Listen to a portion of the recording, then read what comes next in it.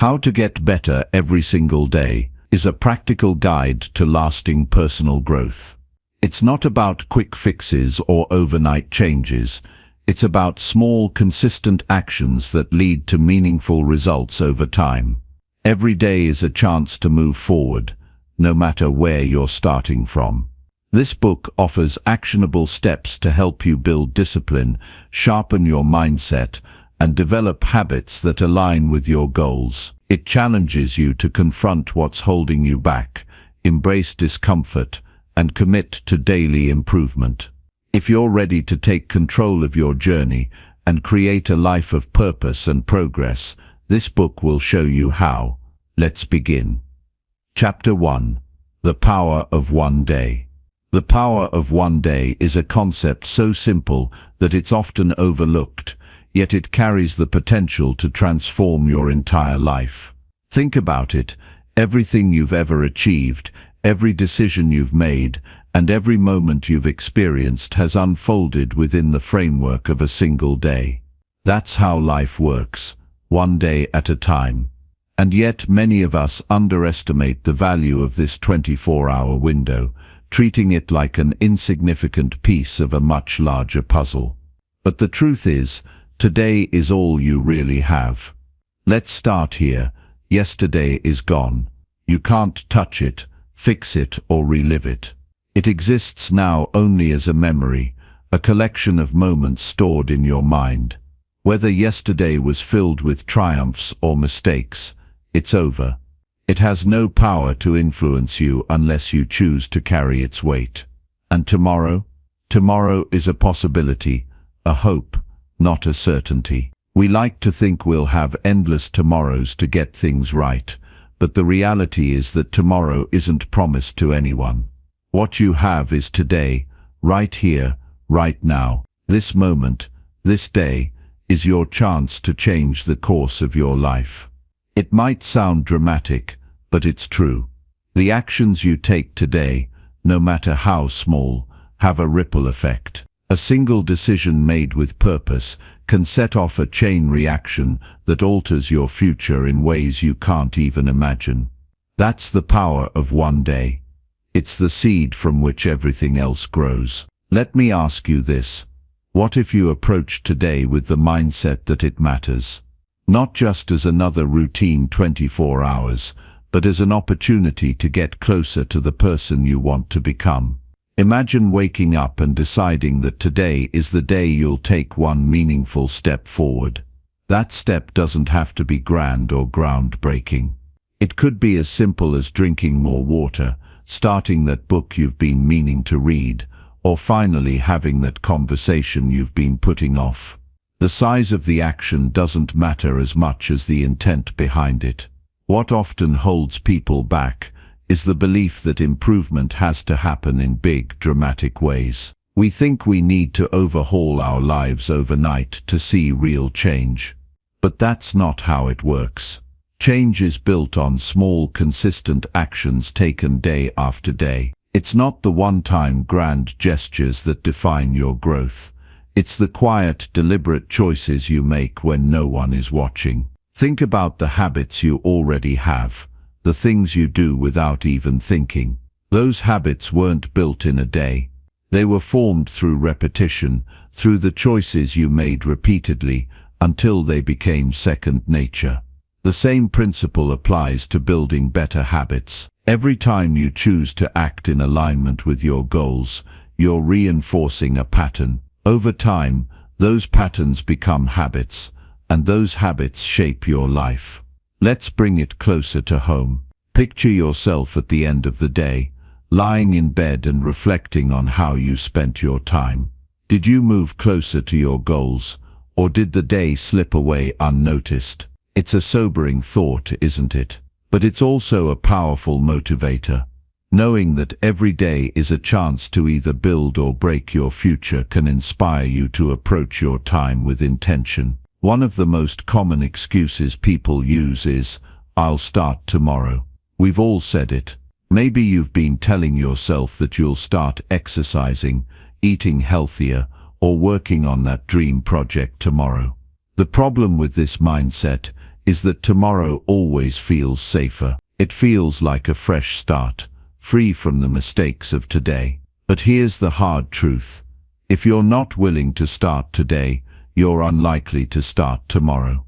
Procrastination doesn't create change, action does. Taking action today doesn't have to mean changing everything at once. In fact, trying to do too much at once often leads to burnout and frustration. Instead, focus on just one thing you can do to improve. Maybe it's committing to 10 minutes of exercise, reading a chapter of a book, or taking a moment to plan your schedule. These small actions might not seem like much, but they add up, and when you repeat them consistently, they create momentum. Momentum is one of the most underrated forces in personal growth. When you take one step forward, it becomes easier to take the next step, and then the next. That's how progress works.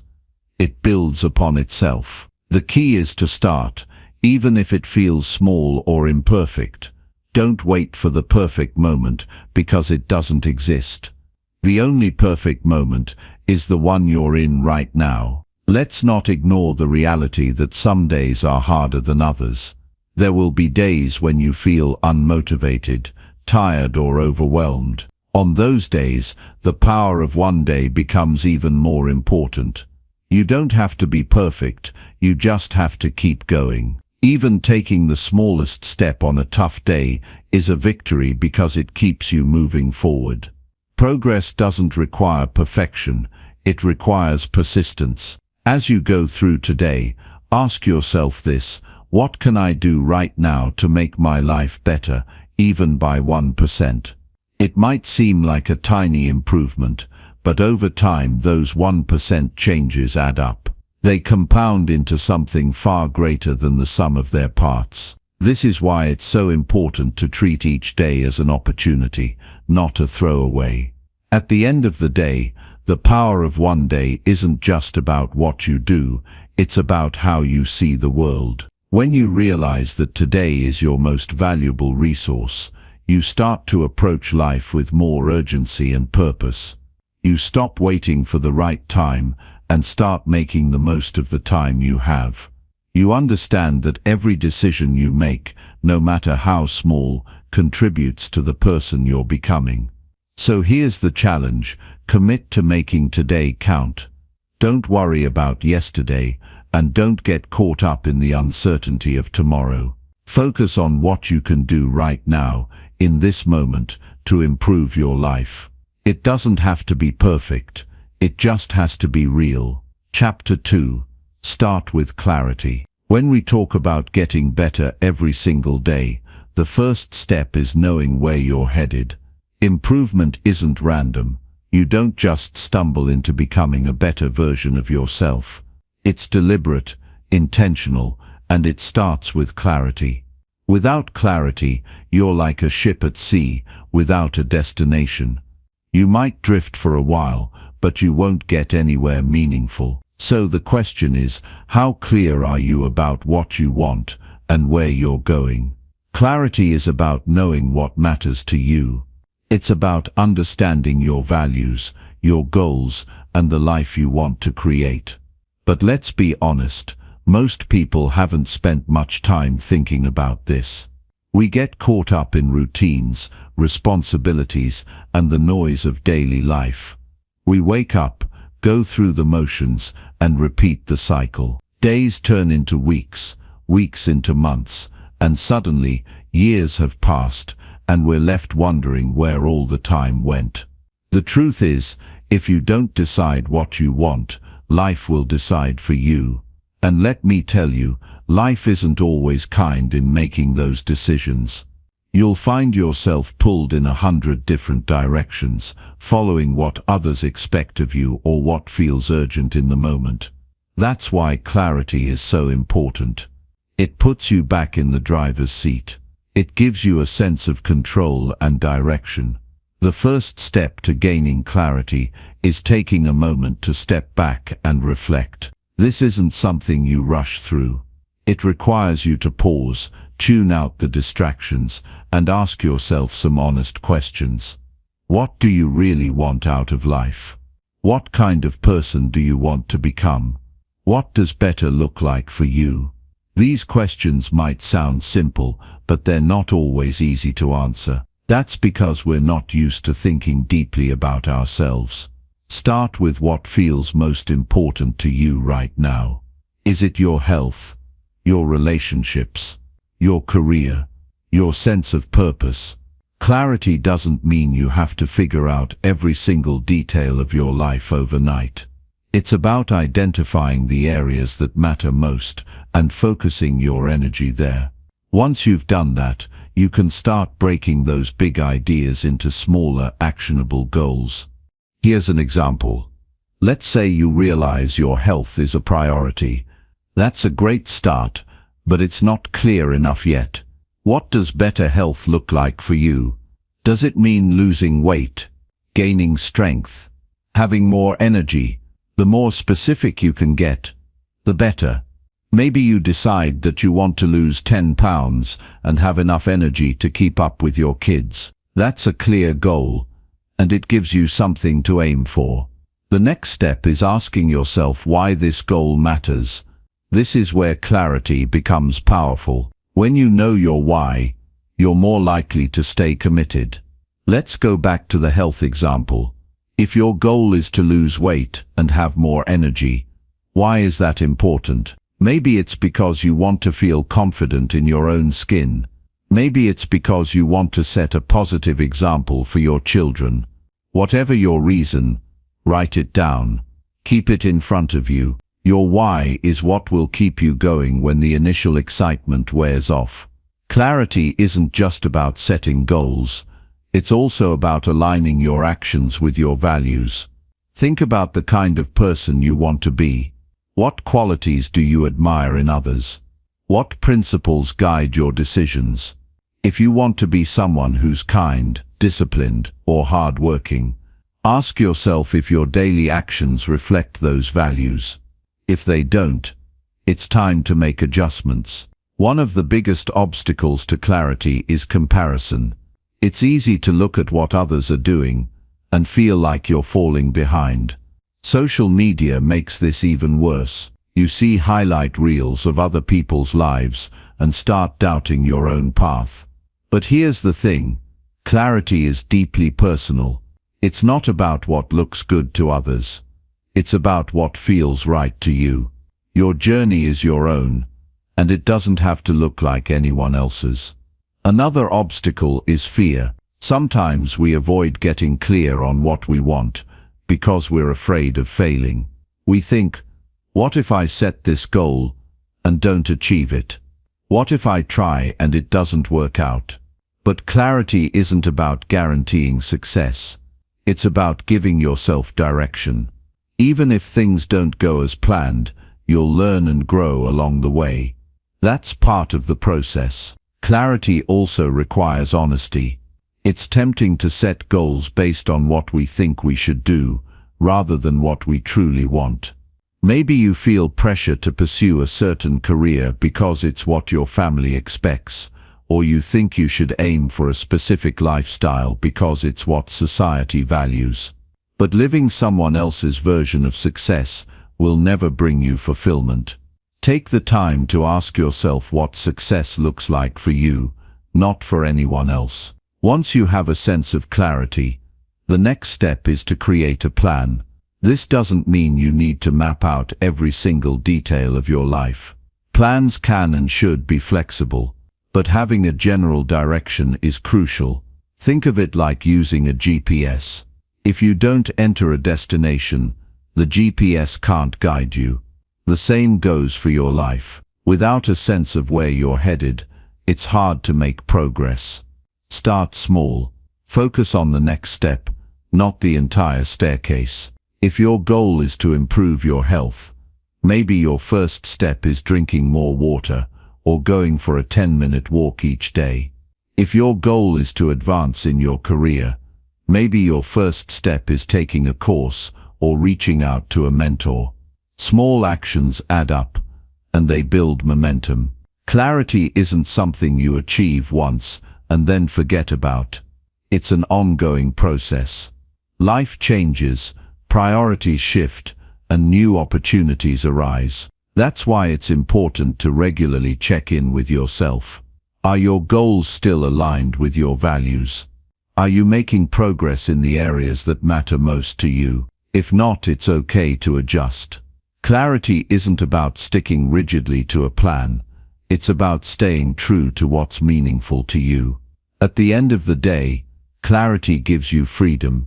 It frees you from the noise of distractions, the burden of indecision, and the trap of living a life that doesn't feel like your own.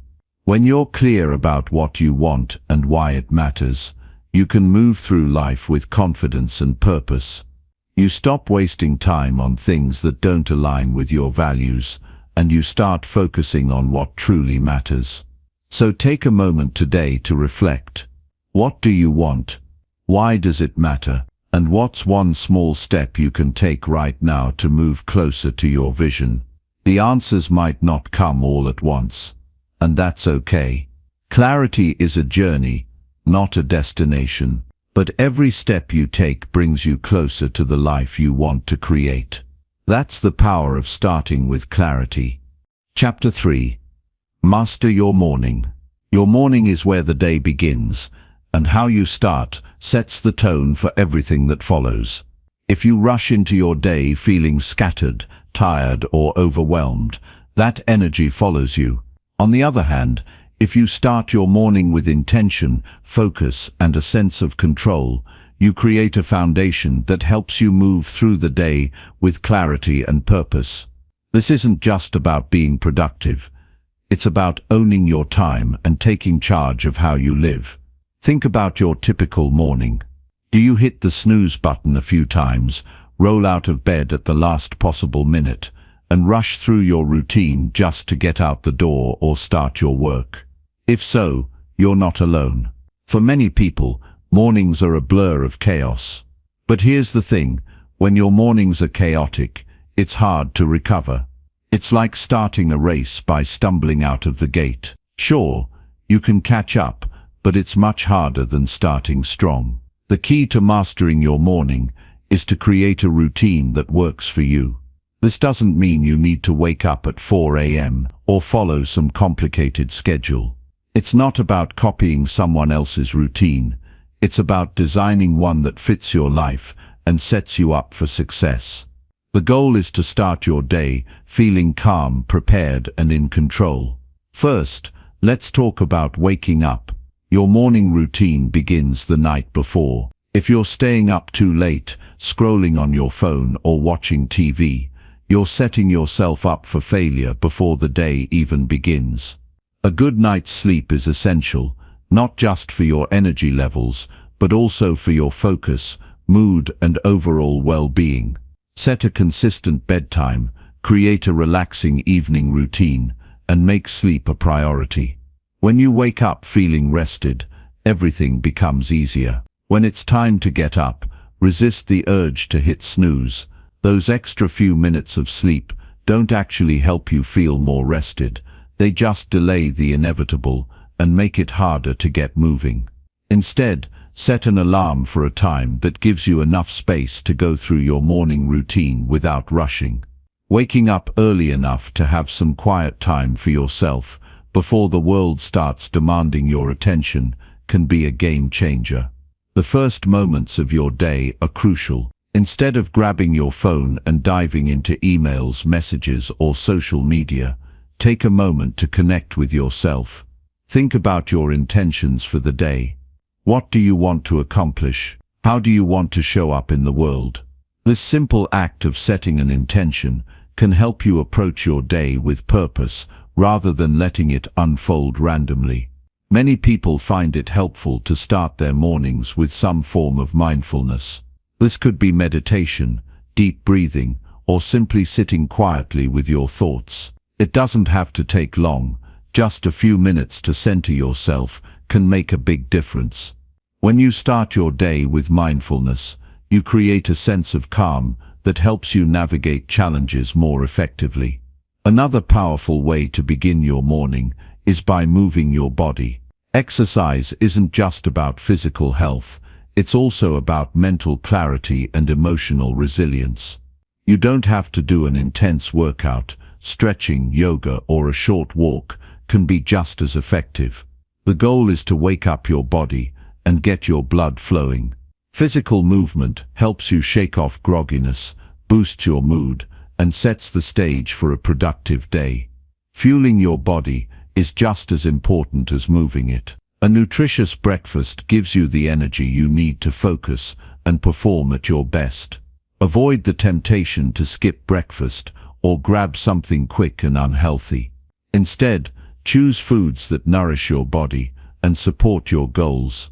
A balanced meal with protein, healthy fats, and complex carbohydrates can make a huge difference in how you feel throughout the day. Once you've taken care of your body and mind, it's time to focus on your priorities. Spend a few minutes reviewing your schedule or making a to-do list. What needs to get done today? What are the most important tasks that will move you closer to your goals? By identifying your priorities in the morning, you set yourself up to tackle them with focus and determination. It's easy to get distracted by urgent but unimportant tasks, but when you start your day with clarity, you're more likely to stay on track. Gratitude is another powerful practice to incorporate into your morning. Taking a moment to reflect on what you're grateful for can shift your mindset and set a positive tone for the day. It's easy to focus on what's wrong or what you wish were different, but gratitude helps you see the good in your life. It reminds you of your blessings and keeps you grounded. Your morning routine doesn't have to be long or complicated. The key is to include activities that help you feel grounded, energized, and focused. Experiment with different practices to find what works best for you. Maybe it's journaling, reading, or spending time in nature. Maybe it's listening to music, praying, or enjoying a quiet cup of coffee. Whatever it is, make it intentional. Your morning is your time. It's an investment in yourself. Consistency is what makes a morning routine powerful. Doing it once or twice won't change your life, but doing it every day creates habits that lead to lasting improvement. Over time, your morning routine becomes second nature, and you start to notice the ripple effects in every area of your life. You feel more focused, more productive, and more in control. You start to approach each day with a sense of purpose and possibility. It's important to remember that no one's morning routine is perfect all the time. There will be days when things don't go as planned, and that's okay. Life happens, and flexibility is part of the process. The goal isn't perfection, it's progress. If you miss a day, don't beat yourself up. Just pick up where you left off and keep going. What matters is the effort you put in and the consistency you build over time. When you master your morning, you master your day. And when you master your day, you start to master your life. It all begins with those first few moments after you wake up. You have the power to choose how you start your day. You can let it happen to you, or you can take control and make it happen for you. The choice is yours. Chapter 4. The discipline of showing up. When it comes to improving your life, there's one principle that stands out above all the rest: the discipline of showing up. It's simple, but it's powerful. If you want to get better at anything, you have to be there. You have to put yourself in the game, again and again, no matter how you feel, no matter what's going on around you. Showing up is the foundation of success, and it separates those who talk about their dreams from those who actually achieve them. The truth is, life isn't always going to make it easy for you to show up.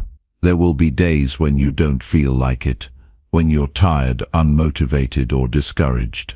There will be times when progress feels slow, or when you question whether the effort is even worth it.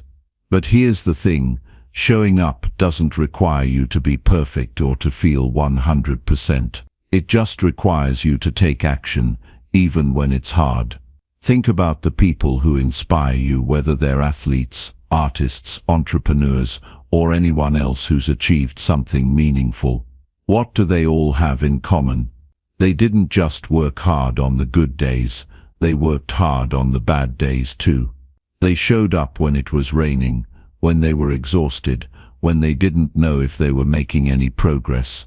That's what it takes. The discipline of showing up is about consistency, and consistency is what leads to results. It's easy to get caught up in the idea that you need to wait for the right time to start, or that you need to feel motivated to take action. But motivation is fleeting. Some days it's there, and some days it's not. If you rely on motivation, you'll always be at the mercy of your emotions. Discipline, on the other hand, is steady. It's something you can rely on because it's built on habits and commitment, not fleeting feelings. Showing up doesn't mean you have to do everything perfectly. In fact, perfectionism can be one of the biggest obstacles to showing up consistently. Too often we think, if I can't do it perfectly, why bother doing it at all? But that mindset keeps you stuck. It's not about being perfect, it's about making progress. Some effort, no matter how small, is always better than none. A 10-minute workout is better than skipping it altogether. Writing one paragraph is better than not writing at all. Every little bit counts, and those small actions add up over time. There's something empowering about showing up, even when it's hard. Every time you do, you're proving to yourself that you're capable of following through. You're building trust in yourself, which is one of the most important things you can do. When you trust yourself, you start to believe in your ability to handle challenges and achieve your goals. You become someone who keeps their promises to others and, more importantly, to yourself. One of the biggest myths about showing up is that it has to feel good in the moment. The truth is, it often doesn't. Growth is uncomfortable. Pushing yourself to do something difficult or unfamiliar can be challenging. But discomfort is where the magic happens. Every time you step outside your comfort zone, you're expanding your capacity. You're becoming stronger, more resilient, and more capable. And the best part is, the more you show up, the easier it becomes. What once felt hard starts to feel natural, and that's when you know you're growing. It's important to recognize that showing up doesn't mean you have to do everything on your own. Sometimes, the best way to stay consistent is to surround yourself with people who share your goals or who can hold you accountable. Whether it's a workout partner, a mentor, or a supportive friend, having someone in your corner can make all the difference. They can encourage you when you're struggling, celebrate your wins, and remind you why you started in the first place. Another key to showing up consistently is to focus on your why. Why are you doing this? What's the deeper purpose behind your actions? When you connect your efforts to something meaningful, it's easier to stay committed. Maybe you're working toward a healthier lifestyle because you want to be there for your family. Maybe you're pursuing a career goal because it aligns with your passion and values. Whatever it is, keep that why front and center. Write it down, remind yourself of it daily, and let it fuel your discipline. One thing to remember is that showing up doesn't always look the same. Some days it's about giving your all and pushing yourself to the limit. Other days it's about doing the bare minimum just to keep the habit alive. Both are valid. The key is to not let a single day go by without taking some kind of action, no matter how small. Progress isn't always linear, but as long as you're moving forward, you're on the right track. It's also helpful to remove as many barriers as possible. Make it easy to show up by creating an environment that supports your goals. If you want to exercise more, lay out your workout clothes the night before. If you want to read more, keep a book on your nightstand instead of your phone. If you want to eat healthier, stock your kitchen with nutritious options. These small adjustments can make a big difference in your ability to follow through. There will be days when you stumble, and that's okay.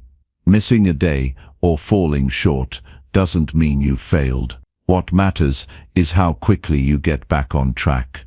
Don't let one slip-up turn into a downward spiral.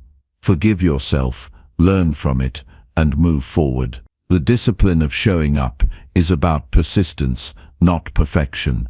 Ultimately, showing up is an act of self-respect. It's a way of honoring your goals, your dreams, and the person you want to become. Every time you show up, you're taking a step closer to that vision. You're proving to yourself that you're worth the effort, that your goals matter, and that you have what it takes to achieve them. So start today. Start where you are, with what you have. Don't wait for the perfect moment or the perfect plan. Just take the first step, no matter how small, and then take another. Before you know it, those small steps will turn into a journey, and that journey will lead you to places you never thought possible. Showing up isn't always easy, but it's always worth it. Chapter 5. Strengthen your body. Strengthen your mind. Taking care of your body is not just about looking good or reaching a number on a scale. It's about building the foundation for a strong mind, a resilient spirit, and a meaningful life. Your body is the vessel that carries you through each day. It's the tool you rely on to think, to move, to create, and to connect with others. When you prioritize your physical health, you're not just investing in your appearance. You're investing in your ability to live fully and give your best to the world. Strengthening your body and mind starts with recognizing the deep connection between the two. When your body is healthy and energized, your mind is sharper. You think more clearly, you make better decisions, and you're more equipped to handle life's challenges. On the flip side, when your body is neglected, your mental clarity and emotional balance often suffer.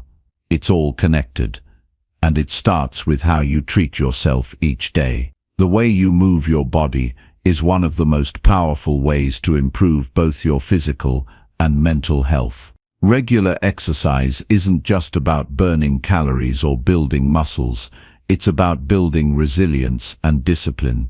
It's about showing up for yourself, even on the days when you don't feel like it. Movement releases endorphins, the feel-good chemicals in your brain that help reduce stress and boost your mood.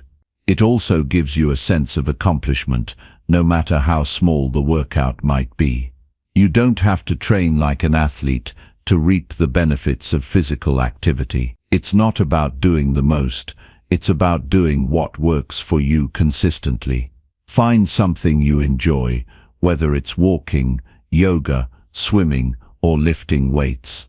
What matters is that you move your body in a way that feels good and sustainable. Even a 10-minute walk can make a difference. It's about making movement a habit, a natural part of your daily routine, rather than something you have to force yourself to do. Beyond exercise, what you put into your body plays a critical role in how you feel and perform. Food is fuel, and the choices you make at each meal either move you closer to health or farther away from it. Eating well doesn't mean you have to follow strict diets or eliminate entire food groups. It means paying attention to what your body needs, nutrient-rich foods that give you energy and support your goals. When you eat foods that nourish you, you feel better, think more clearly, and have the stamina to keep going. It's not just about what you eat, but how you eat. Slow down and really enjoy your meals. Pay attention to the flavors, textures, and how the food makes you feel. Avoid distractions like your phone or TV when you eat. This simple practice of mindful eating can help you build a healthier relationship with food and make better choices over time. Sleep is another pillar of physical and mental health that's often overlooked. In a world that glorifies hustle and busyness, rest is sometimes seen as a luxury. But the truth is, sleep is non-negotiable. It's when your body repairs itself, your brain processes information, and your energy is restored. Without enough sleep, it's hard to think clearly, manage your emotions, or perform at your best. Prioritize a consistent bedtime, create a relaxing evening routine, and make your bedroom a space for rest. Treat sleep as the essential investment in your well-being that it is. Taking care of your body also means paying attention to stress. Stress is inevitable, but how you respond to it makes all the difference. When stress builds up, it can take a toll on your body, leading to tension, fatigue, and even illness. Incorporating stress relief practices into your daily life, like deep breathing, meditation, or spending time in nature, can help you manage it more effectively. These practices don't have to be complicated or time-consuming. Even a few moments of stillness can help you reset and find your center. Your physical health doesn't exist in a vacuum. It's deeply tied to your emotional and mental well-being. Strengthening your body is one of the most direct ways to build resilience in your mind. When you push through a tough workout or stick to a commitment to yourself, you're not just building muscle, you're building mental toughness. You're proving to yourself that you can do hard things, and that confidence spills over into other areas of your life. There will be days when you don't feel like taking care of yourself, days when the couch feels more inviting than the gym, or when convenience tempts you to reach for unhealthy choices. On those days, remind yourself why you started. Remember that every small step you take toward your health is a step toward a better version of yourself. It's not about being perfect, it's about making progress. Even on the hard days, show up for yourself because you're worth the effort. Taking care of your body isn't selfish, it's necessary. When you're strong, healthy and energized, you're better able to show up for the people you care about. You have more to give, more patience, and more capacity to handle whatever life throws your way. You're also setting an example for those around you, showing them what it looks like to prioritize health and self-care. Strengthening your body and mind isn't something you do once and forget about. It's a lifelong commitment, a daily practice. It's about making choices today that will benefit you tomorrow and years down the road. It's about respecting the incredible gift of your body and treating it with the care it deserves. When you take care of your body, you're not just improving your health, you're improving your life. You're creating a foundation for success in every area, from your relationships to your career to your personal growth. You're building the strength and resilience you need to pursue your goals and live the life you want. And it all starts with the simple daily choice to show up for yourself, to move, to nourish, to rest, and to keep going. Chapter 6. Learn something new every day. Every single day presents you with an opportunity to grow, and one of the most powerful ways to do that is by learning something new. There's a special kind of energy that comes from expanding your understanding, gaining a new skill, or seeing the world in a way you didn't before. Learning doesn't just make you smarter, it makes you more alive. It gives you a sense of progress, a feeling that you're moving forward instead of standing still. And when you commit to learning every day, even in small ways, you start to build momentum. That momentum can carry you to places you never imagined. Learning isn't limited to classrooms or formal education. It's not about chasing degrees or certifications, though those have their place. It's about curiosity. It's about waking up every day and asking, what can I discover today? The beauty of it is that learning opportunities are everywhere. They're in books, podcasts, conversations, mistakes, and even in the quiet moments when you stop to reflect. You don't have to go far or spend a fortune to find something worth learning. You just have to keep your mind open and your eyes looking for those opportunities. The first step to becoming a lifelong learner is recognizing that you don't have to know it all. In fact, the more you learn, the more you realize how much you don't know. That's not a reason to feel discouraged. It's a reason to feel excited. Life is a vast and fascinating thing, and every day gives you a chance to uncover a little more of it. When you embrace that mindset, learning stops feeling like a chore and starts feeling like an adventure. One of the simplest ways to make learning a daily habit is to read. There's a wealth of knowledge out there, written by people who've dedicated their lives to understanding a particular subject or mastering a skill. Reading is like having a conversation with those people, gaining insights from their experiences without having to make all the mistakes yourself. Whether it's a book, an article, or even a blog post, what you consume matters. Choose materials that challenge you, that make you think, and that give you tools you can use to improve your life. But learning doesn't have to stop with reading. There are countless other ways to expand your knowledge. You can listen to podcasts or audiobooks during your commute or while doing chores. You can watch educational videos or documentaries that dive into topics you've always been curious about. You can take online courses or workshops to pick up new skills, whether it's coding, cooking, or public speaking. The point is, there's no shortage of ways to learn. It's just a matter of finding what works for you and making it a priority. One of the most underrated sources of learning is the people around you. Everyone has a story, an experience, or a piece of wisdom that you can learn from if you're willing to listen. Sometimes the most valuable lessons come from conversations with friends, family, or even strangers. Ask questions, be curious about their perspectives and experiences. You'd be amazed at what you can learn just by being present and engaged.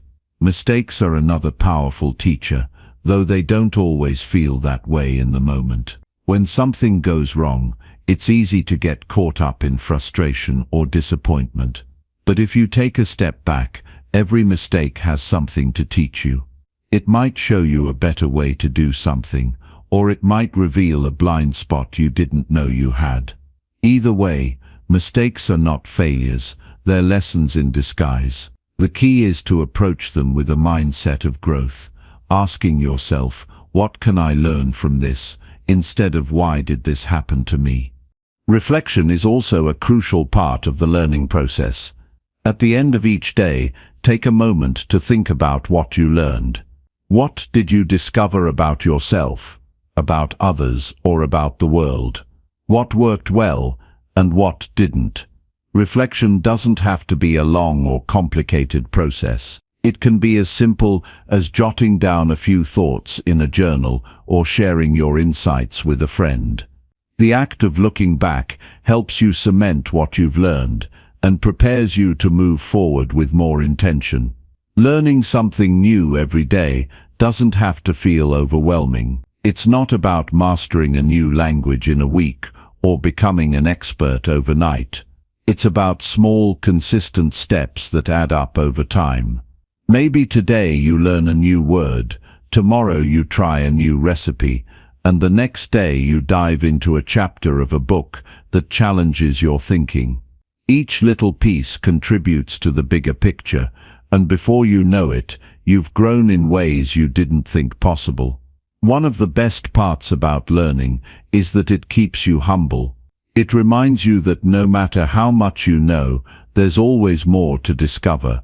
That humility is a gift because it keeps you curious and open. It helps you approach life with a sense of wonder instead of assuming you have it all figured out. When you're open to learning, you're also open to growth, and that's what life is all about. Learning isn't just about gaining knowledge, it's about applying it. Knowledge without action is just information. To truly get better every day, take what you've learned and put it into practice. If you read about a new productivity technique, try it out. If you learn a new fact, share it with someone else. If you discover a better way to communicate, use it in your relationships. Learning comes alive when you use it to make a difference in your life or the lives of others. The more you learn, the more opportunities you create for yourself. Knowledge opens doors. It gives you confidence, equips you to tackle challenges, and helps you see possibilities where others see roadblocks. But more than that, learning enriches your life. It makes each day more interesting, more rewarding, and more fulfilling. It's a reminder that you're not stuck, you're always growing, always evolving, always becoming a better version of yourself. If there's one thing to take away, it's this: never stop being curious. Never stop asking questions, exploring new ideas, or challenging yourself to grow. Life is too short and too full of wonder to stay in the same place.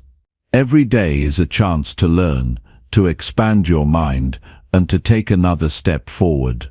Embrace it and watch how your life transforms in ways you never thought possible. Chapter 7.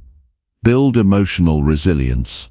Emotions are a part of who we are. They shape our responses, they shape our relationships, and they influence our actions. It's easy to let emotions dictate how we feel or what we do in any given moment. But if we want to get better every day, if we want to grow, we must learn to manage our emotions instead of being controlled by them. The challenge here is to build emotional resilience, the ability to recover quickly from difficulties, to adapt to stressful situations, and to keep moving forward despite the hurdles life throws at us. Emotional resilience doesn't mean we don't feel anything. It means we're not overwhelmed by our emotions. We're not controlled by them. Instead, we learn to navigate through them with clarity, strength, and patience. Let's talk about what this looks like in real life. Imagine you're facing a setback, a tough day at work, an argument with a friend, or a personal disappointment. It's easy to react emotionally, to let frustration or sadness consume you. But emotional resilience is about taking a step back, recognizing that this moment, while difficult, is temporary. It's about understanding that you have the power to decide how you respond. One of the first steps in building emotional resilience is awareness. You must be aware of your emotions as they arise. It's not enough to wait until you're in the midst of a crisis to recognize that you're upset. You must pay attention to how you feel in every situation, whether it's minor annoyances or major challenges. When you can identify the emotion, anger, sadness, fear, frustration, you gain the power to manage it. You can pause, reflect, and choose a response rather than react impulsively.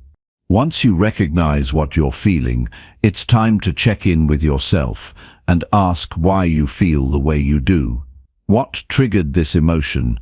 Was it something you heard, something someone said, something you assumed? Understanding the root cause of your emotions helps you gain clarity on how to move forward. Often, we let our emotions take over because we haven't taken the time to dig deeper into why we feel a certain way. This process isn't about suppressing emotions. It's about understanding them, managing them, and allowing yourself to feel them fully without being consumed by them. It's important to acknowledge your emotions, even if they're uncomfortable. Denying or ignoring them only allows them to build up, often leading to bigger reactions down the road. Next, let's talk about the power of perspective. Emotional resilience is greatly shaped by how we view our circumstances. The world doesn't always treat us the way we think we deserve, but how we interpret these experiences determines how we move forward. When things go wrong, when you face disappointment or loss, try to shift your perspective. Ask yourself, what can I learn from this, or how can I grow from this experience? A resilient person doesn't see failure as the end, they see it as a stepping stone. They understand that mistakes are part of life, part of growth, and most importantly, they understand that how they react to these setbacks is what truly matters. Are they going to dwell on the setback, or will they take the lesson and use it to build something better moving forward? Resilient people know that their worth is not determined by their mistakes, but by how they handle them. Part of emotional resilience also comes from self-compassion. It's easy to be hard on yourself when you feel like you've messed up, but this only weakens your emotional strength.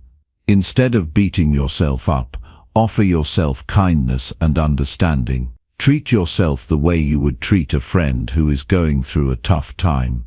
You'd remind them that it's okay to feel upset, but that the most important thing is to learn and move on. Do the same for yourself. This self-compassion doesn't mean letting yourself off the hook or avoiding responsibility. It simply means acknowledging that you are human and it's okay to not be perfect. Developing emotional resilience also requires patience. It doesn't happen overnight. It's not about becoming emotionless or unshakable. It's about learning to respond to life's challenges with grace and calm, to process emotions in a healthy way, and to keep moving forward, no matter what. It's about taking those small steps every day that add up over time. The more you practice managing your emotions, the stronger your resilience will become. One important practice for building emotional resilience is developing healthy coping mechanisms. Everyone experiences stress and negative emotions, but how we deal with them makes all the difference. Some people might turn to unhealthy habits, drinking, overeating, or isolating themselves when they're feeling down. These may offer temporary relief, but they don't help you build true emotional strength. Instead, focus on positive coping strategies. Go for a walk, meditate, journal, or talk to a trusted friend. These actions not only help you release built-up tension, but they also provide you with a sense of control in difficult moments. Let's talk about the role of relationships in emotional resilience. The people around you can either build you up or tear you down. Surround yourself with individuals who support your growth, who help you see the best in yourself, and who challenge you to rise above difficult circumstances. At the same time, it's important to recognize that not everyone will treat you with kindness, and not everyone will support you. Emotional resilience means learning how to maintain your peace, regardless of others' behavior. It means not letting anyone or anything dictate how you feel. As you build your emotional resilience, it's essential to keep in mind that this is a lifelong process. There will be moments when you feel like you've made great progress, and then there will be moments when you fall back into old patterns. This is normal. Growth is never linear, but what matters is your commitment to getting better, to learning from every experience, and to continuing to push forward, no matter what.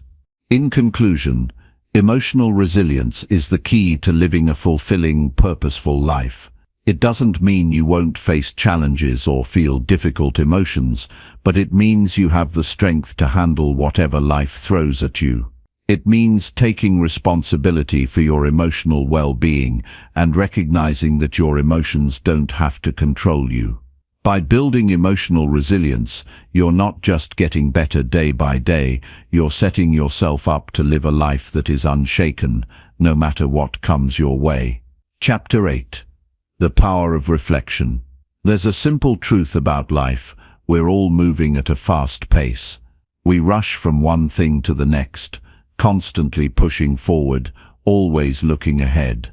But in all that movement, how often do we actually take a moment to reflect, to sit with our thoughts and consider where we've been, where we're going, and what we've learned along the way? Reflection is often overlooked in our busy lives, but it's one of the most powerful tools we have to grow, improve, and get better every single day. Think about it for a moment. How do you really know if you're moving in the right direction if you never stop to assess where you are? Reflection allows us to evaluate our actions, our decisions, and the outcomes we're experiencing. Without it, we're just going through the motions, repeating the same patterns, without ever understanding why something works or why it doesn't. By taking the time to reflect, we can pinpoint areas where we need to improve, recognize what's been working well, and most importantly, acknowledge how far we've come. The first step in reflecting is creating space. We live in a world full of noise, distractions, and endless to-do lists. It's easy to get caught up in all of that and forget to slow down, but reflection requires stillness. It's not something that happens when you're rushing through your day or multitasking. You need quiet, undisturbed time to think, to process, and to truly evaluate your experiences. This doesn't mean you have to spend hours reflecting each day, but it does mean carving out intentional time, even if it's just 15 minutes at the end of the day, to ask yourself some important questions. What went well today? What did I learn? What could I have done better? These questions may seem simple, but they open up a world of insight. They allow you to recognize the positive things you accomplished, however small they may seem, and they help you see the areas where you can improve. It's easy to get bogged down by what didn't go as planned, but reflection helps us balance that with a recognition of what did work. When you reflect, try to avoid being overly critical. This isn't about beating yourself up over mistakes or missed opportunities. It's about looking at things from a place of curiosity and growth. Reflection is meant to be a tool for learning, not a moment for self-judgment. Instead of asking, "Why did I mess that up?" ask, "What can I learn from this situation?" When we shift our mindset from one of failure to one of learning, we open ourselves up to growth. One of the best ways to reflect is to write it down. Journaling is an incredibly effective practice for reflection. Putting your thoughts on paper helps you organize them, clarify your emotions, and track your progress over time. You might start by simply listing what happened during the day, then move into how you felt about it and what you learned from it. Over time, you'll be able to look back and see patterns, where you've grown, where you've struggled, and what you still need to work on. It's like having a conversation with yourself, one that gives you the space to reflect honestly and openly. Sometimes, the reflection process can feel uncomfortable. We don't always want to acknowledge our mistakes or face the reality that we didn't handle something as well as we could have. But discomfort is where growth happens. If we never face our shortcomings, we'll never improve. So when you reflect, be willing to sit with those uncomfortable feelings. Recognize that they're part of the journey. Growth is rarely easy, but it's always worth it. As you continue to reflect, you'll notice that it becomes easier over time. The more you make it a habit, the more natural it will feel. And as you grow, your reflections will evolve. You'll begin to ask deeper questions, challenge yourself more, and get clearer on the person you want to become. Reflection is not a one-time event, it's a lifelong practice. It's about being committed to the process of self-awareness, improvement, and growth. The benefits of reflection aren't just internal.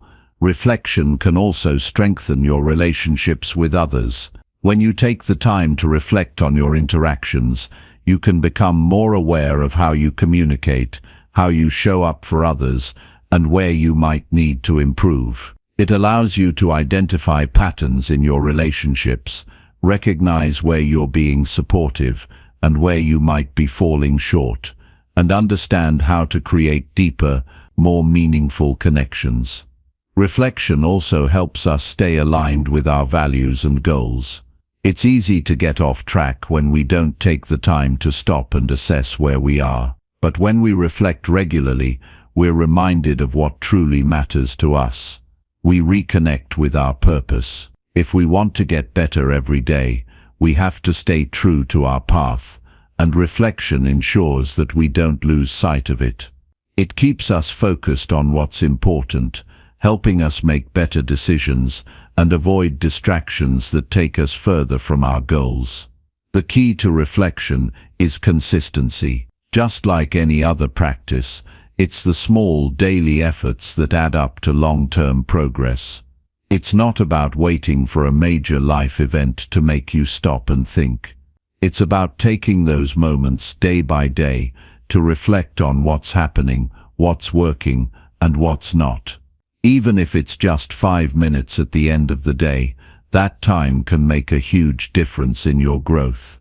As you reflect, be kind to yourself. Growth takes time, and it's a journey, not a destination. Some days will be harder than others, and there will be moments when it feels like you're not moving forward at all. But reflection gives you the ability to see the bigger picture, to understand that progress is not always linear. Even on the tough days, you're still moving forward. And with each reflection, you get one step closer to becoming the person you want to be. In the end, reflection is one of the most powerful tools for personal growth. It allows us to make sense of our experiences, learn from our mistakes, and celebrate our victories. It gives us the clarity and perspective we need to keep going, to stay focused, and to continue improving. Without reflection, we risk moving through life on autopilot, missing the lessons and opportunities that are right in front of us. But when we take the time to stop, think, and reflect, we unlock our true potential and move closer to the person we are meant to be. Chapter 9. The Role of Gratitude. Gratitude is one of those things that often gets brushed aside in our busy lives. We hear it mentioned everywhere, on social media, in books, in conversations with friends. It's almost become a buzzword. But when we slow down and really think about it, gratitude is more than just saying thank you or posting a picture of something you're thankful for. It's a mindset, a way of approaching life, and one of the most powerful tools we have for creating happiness and personal growth. Let's talk about why gratitude matters so much. Gratitude shifts your perspective. It pulls your focus away from what you lack and brings it squarely to what you have. In our world, it's easy to get caught up in the constant pursuit of more success, more things, more recognition. We live in a culture that tells us that happiness is something we must achieve, something that is always just a little bit out of reach. But gratitude tells a different story. It reminds us that we already have everything we need right now to be content. Think about the last time you felt genuinely grateful. Was it a small, simple moment, someone holding the door open for you, a message from a friend, a meal you didn't have to cook? Or was it something bigger, like a milestone you achieved, or a difficult time you made it through? Gratitude is about noticing those moments, big or small, and appreciating them for what they are. It's easy to take things for granted when they happen every day, but gratitude forces us to pause and acknowledge the beauty in the ordinary. When we make gratitude a habit, something we practice every day, it starts to change us. It rewires our brain. Studies show that when we practice gratitude consistently, we experience increased feelings of happiness, reduced stress, and better overall mental health. This is because gratitude forces us to look at the positive side of things, to appreciate what we have instead of focusing on what's missing. It helps us see the silver lining, even in difficult situations. Now, I know that sometimes life feels overwhelming. There are days when everything seems to go wrong, when it feels like the weight of the world is on your shoulders, and gratitude feels like an impossible thing to practice. On those days, it's okay to acknowledge the struggle.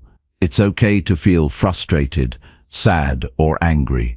But even in those moments, gratitude has the power to lift us. It doesn't mean ignoring the tough stuff, but it means looking for the small things, however small, that you can be thankful for.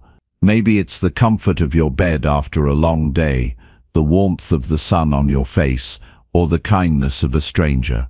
Even when things are hard, there's always something to be thankful for. The practice of gratitude also helps us build resilience.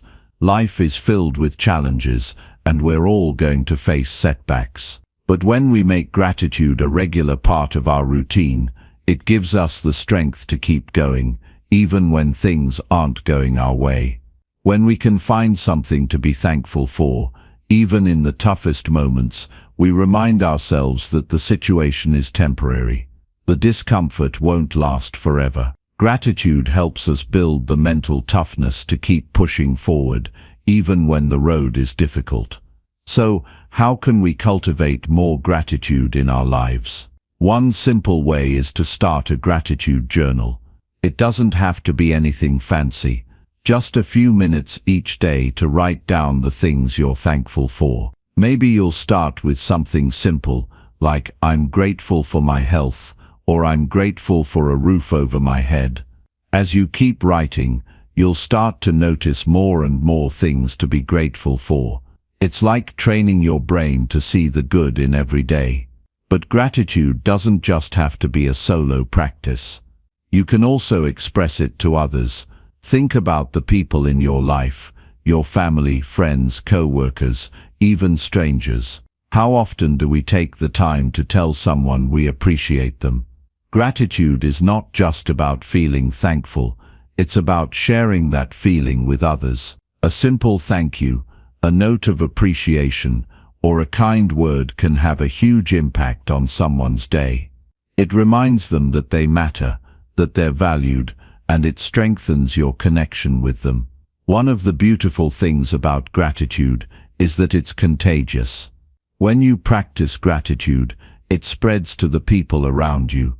They begin to notice the positive shift in your attitude, and it encourages them to reflect on their own blessings. It creates a ripple effect of positivity, where gratitude flows from one person to the next, creating a cycle of appreciation and joy.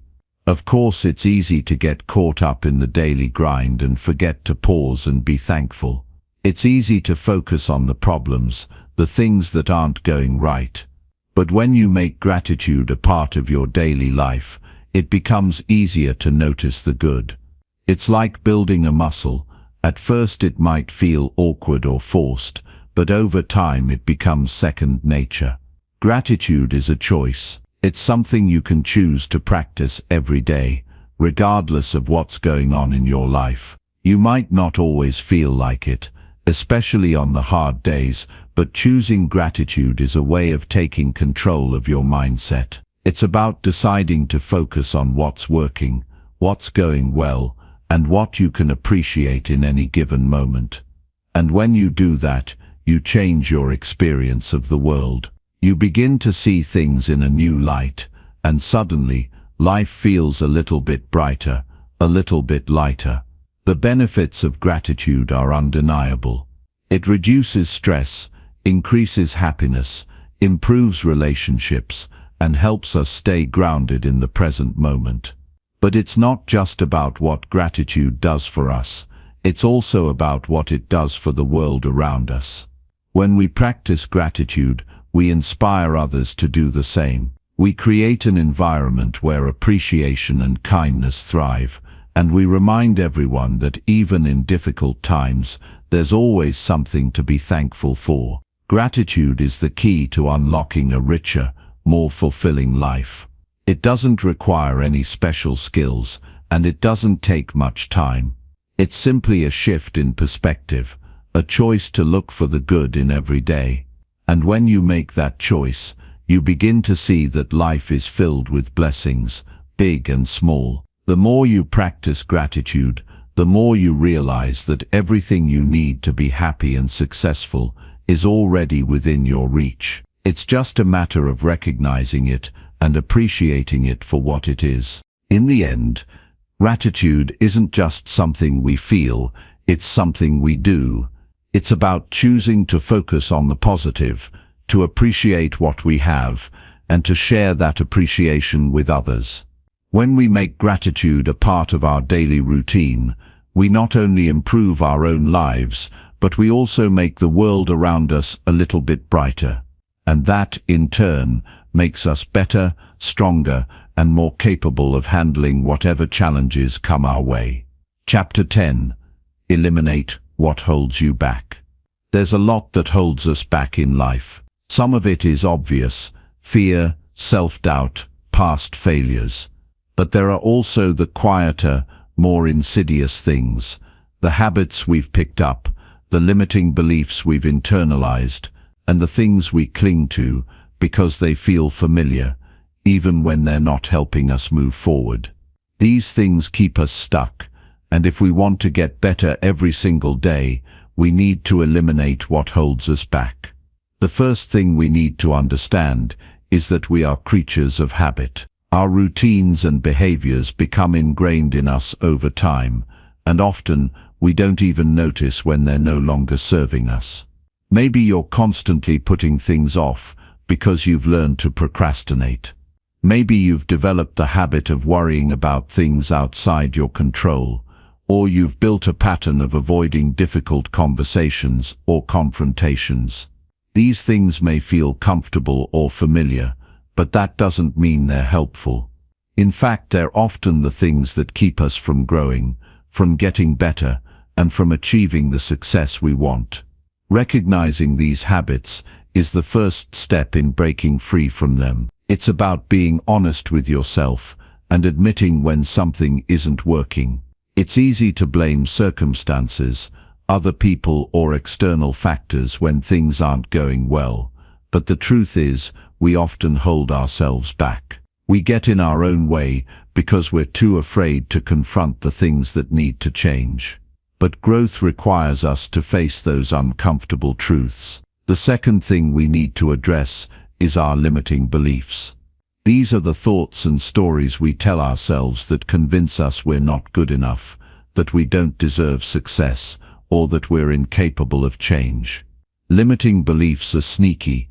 They often feel true, and they can hold us back for years if we're not careful. They might sound like, "I'm not smart enough to succeed," or "I'll never be able to change," or "I've already failed, so why bother trying again?" These beliefs can become so ingrained that we stop questioning them, but they don't reflect reality. They are simply the narratives we've adopted about ourselves, and they can be changed if we're willing to challenge them. One of the most powerful ways to eliminate limiting beliefs is to replace them with empowering ones. Instead of telling yourself, "I can't do this," start telling yourself, "I'm capable of learning and growing." Instead of saying, "This is too hard," try saying, "I'm willing to put in the work, and I will improve over time." By consciously choosing to reframe your thoughts, you take back control over the stories you tell yourself. The more you practice this, the more you'll begin to believe it. And when you start believing in yourself, you free yourself from the chains of self-doubt and limitation. But beliefs aren't the only thing that hold us back. Often it's the people and environments we surround ourselves with. We've all heard the saying, "You are the average of the 5 people you spend the most time with." It's a cliché, but it's true. The people in our lives influence our mindset, our energy, and our habits. If you're constantly surrounded by negativity, criticism, or people who don't support your goals, it's going to be much harder to move forward. The same goes for environments that don't nurture growth. If you're constantly in situations where you're discouraged or distracted, it's easy to lose sight of what you want to achieve. That's why it's important to be intentional about the people you choose to spend time with. You need to surround yourself with people who uplift you, challenge you, and encourage your growth. These are the people who believe in your potential, even when you don't believe in it yourself. They're the ones who will support you when you face setbacks, and they'll hold you accountable when you get complacent. Seek out those kinds of relationships, and don't be afraid to distance yourself from toxic or draining influences. The same applies to the environments you put yourself in. Are you surrounding yourself with distractions, negativity, or clutter? If so, it might be time to make some changes. A cluttered space can create a cluttered mind. A chaotic environment can create a chaotic mindset. Take a look at your surroundings and ask yourself if they're helping you focus, grow, and succeed. If they're not, it's time to eliminate the things that are contributing to the noise and distraction in your life. Whether it's cleaning up your physical space, limiting your time on social media, or cutting out toxic relationships, creating an environment that supports your goals is key to getting better every single day. Another thing that often holds us back is our attachment to the past. We all have baggage, mistakes we've made, regrets we carry, relationships that have ended, dreams that have faded. These things can be painful, and it's natural to feel attached to them. But the truth is, we can't move forward if we're constantly looking backward. Our past doesn't define us, and the mistakes we've made don't have to dictate our future. It's time to let go of what's holding us back. That doesn't mean forgetting the lessons we've learned or ignoring the experiences that have shaped us. It simply means accepting that we can't change the past, but we can choose how we move forward. Forgiveness plays a huge role in letting go of the past. Whether it's forgiving someone else or forgiving yourself, holding on to grudges and resentment only keeps us stuck. Forgiveness doesn't mean excusing bad behavior or forgetting what happened. It means freeing yourself from the emotional weight of the past so that you can move forward with peace and clarity. Holding on to negative emotions only drains your energy and limits your ability to grow. When you forgive, you release that hold the past has on you and make space for new opportunities. Finally, sometimes we hold ourselves back simply because we're afraid to fail.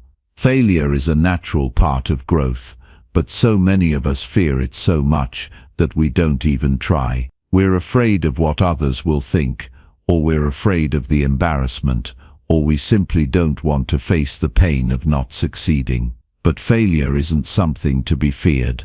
It's something to be embraced. Every successful person has failed at some point. The key isn't avoiding failure, it's learning from it. Each time you fail, you get closer to success because you gain valuable lessons along the way.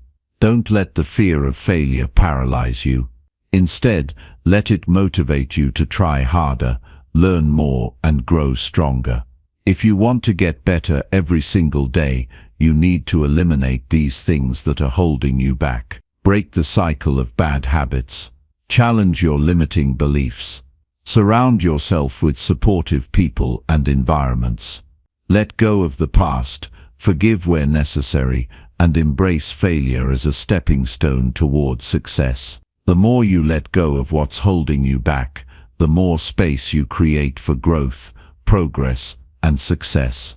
It's not easy, but it's worth it. The freedom you'll gain from eliminating these barriers will be the key to unlocking your full potential and becoming the person you're meant to be. Chapter 11. Build a system, not just goals. Most people have goals. They're something we all talk about, think about, and chase after. We set them for ourselves, whether it's to lose weight, get a promotion, build a successful business, or simply improve our relationships. Goals are the driving force behind much of what we do. But what happens when we reach a goal and still feel unfulfilled? What happens when we work hard, but something's missing? More often than not, the problem lies not in the goals themselves, but in how we approach them. You see, goals are important. They give us direction, purpose, and something to strive for. But if we don't have a system in place to support those goals, we're likely to fall short. A goal without a system is like a car without an engine. It might look good, but it's not going anywhere. If you want to get better every single day, you need to focus on building systems, not just setting goals. A system is a set of habits and processes that work together to help you achieve your goals. It's not enough to simply say, I want to be healthier, or I want to make more money. These are vague goals that can leave you feeling directionless. A system, on the other hand, breaks down those big goals into smaller, manageable steps. It focuses on the actions you need to take every day in order to make consistent progress toward your goals. Instead of focusing solely on the outcome, a system focuses on the process. Let me give you an example. Let's say one of your goals is to get fit. You could set a goal to lose 20 pounds, but that goal alone isn't enough. It's too abstract, and it doesn't tell you how you're going to get there.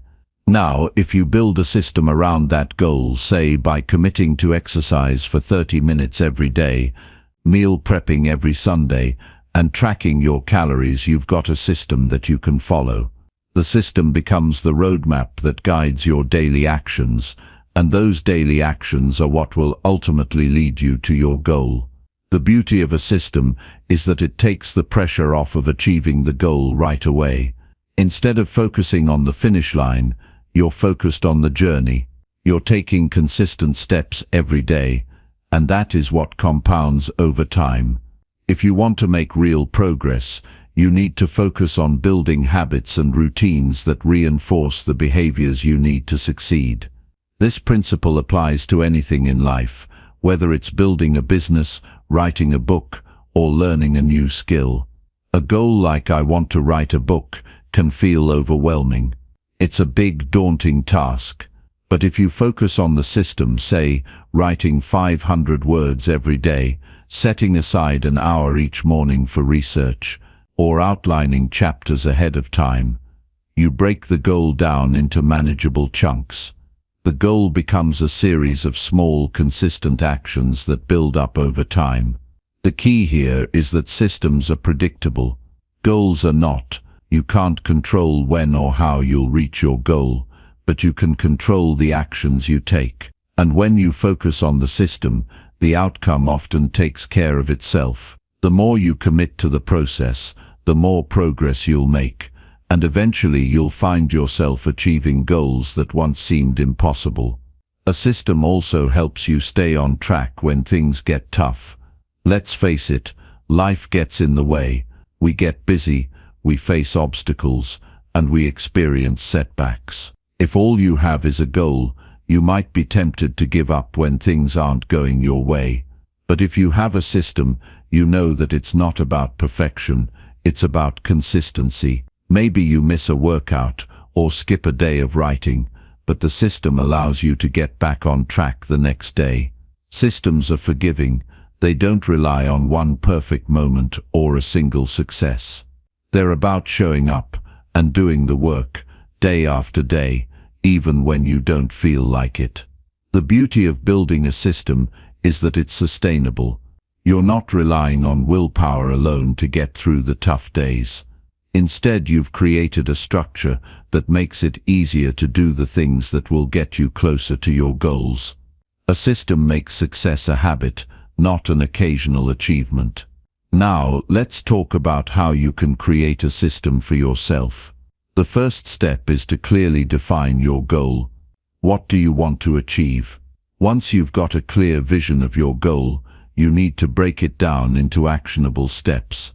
What are the daily, weekly, and monthly actions you need to take in order to reach that goal?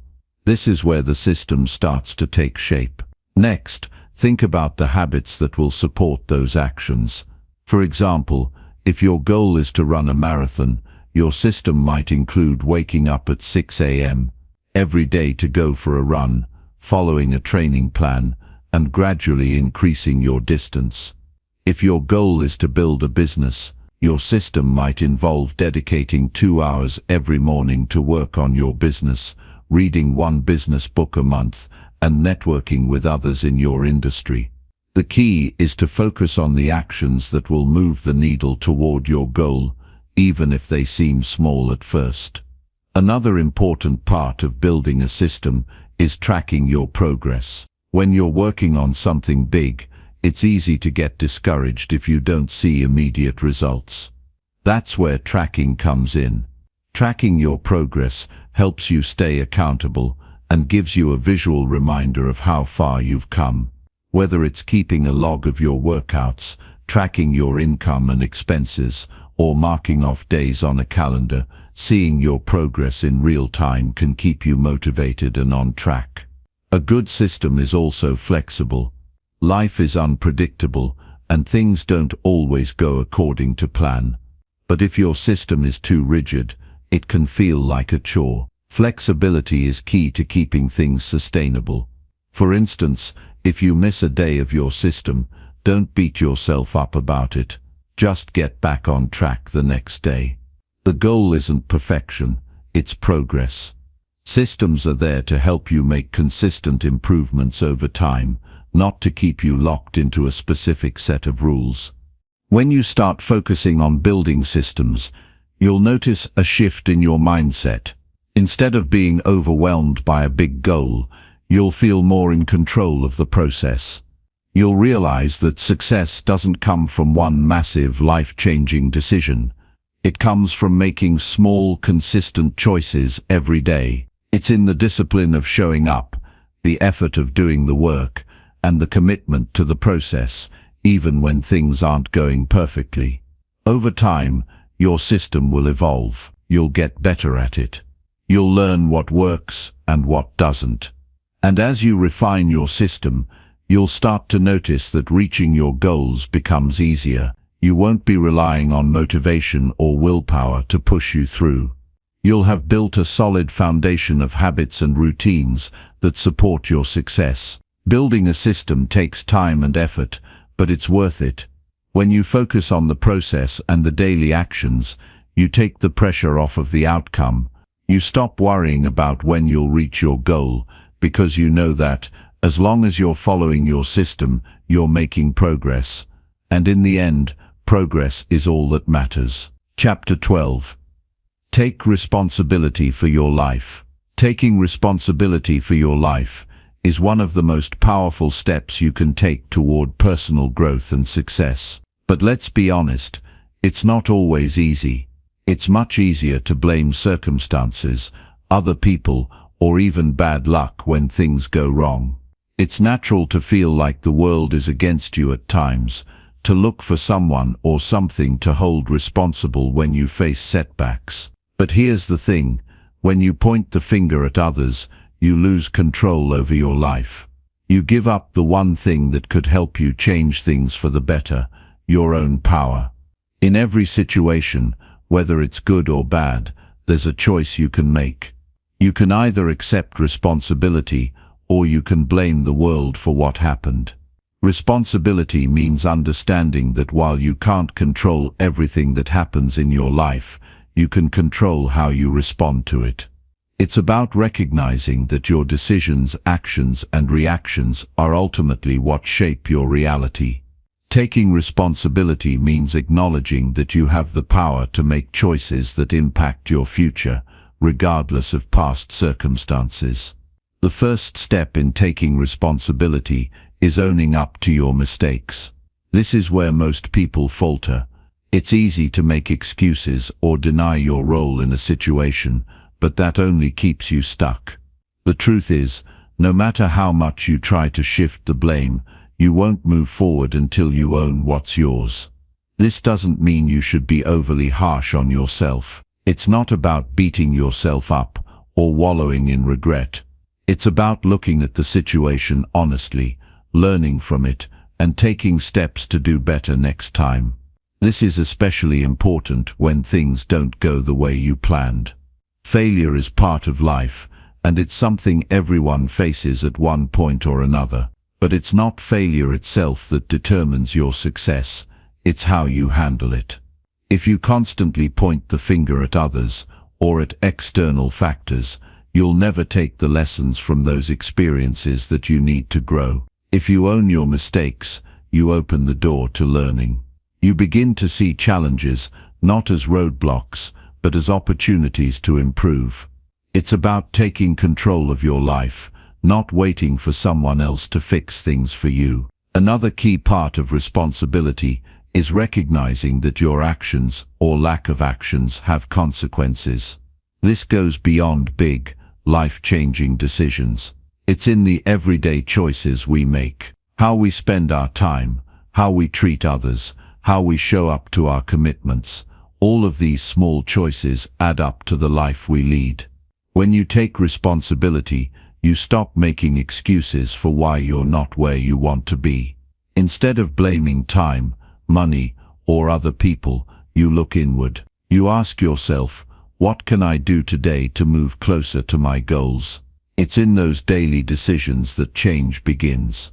Taking responsibility also means acknowledging that your thoughts and beliefs play a huge role in your life. If you believe that you're a victim of circumstances, that belief will shape your reality. You'll look at every setback as evidence that the world is out to get you. But if you take responsibility for your mindset, you realize that you have the power to change your thoughts. You can choose to see challenges as opportunities. You can choose to see obstacles as stepping stones. By taking responsibility for your thinking, you take control over how you interpret the world around you and how you respond to it. And here's the truth. When you start taking responsibility for your life, you start seeing things differently. You stop waiting for external factors to change before you take action. You stop waiting for the perfect time to start something or the right circumstances to align. You realize that you can create the conditions you need, no matter what's going on around you. This is a liberating realization, because it puts the power back in your hands. When you stop blaming the world, you stop being a victim. And when you stop being a victim, you take control. A big part of taking responsibility is understanding that you are responsible for your success, as well as your failure. Many people are quick to take responsibility for their failures, but they shy away from claiming ownership of their successes. They think they got lucky, or that external factors played a bigger role. But the truth is, your success is just as much a product of your choices and actions as your failures. If you want to get better every single day, you have to own your progress. Celebrate your wins, no matter how small they may seem, because they're a reflection of your hard work, dedication, and the responsibility you've taken for your life. When you begin to take responsibility, you also realize that you are the creator of your circumstances. This doesn't mean that life is always going to be easy or that you'll never face difficulties. But it does mean that you are in charge of how you respond to those challenges. You can choose to let setbacks define you, or you can choose to let them fuel your growth. You can choose to stay stuck, or you can choose to take action and move forward. When you take full responsibility for your life, you stop waiting for others to give you permission to succeed, and you start taking the necessary steps to create the life you want. This is where true personal power lies. It's not in the circumstances you find yourself in, but in how you choose to react to them.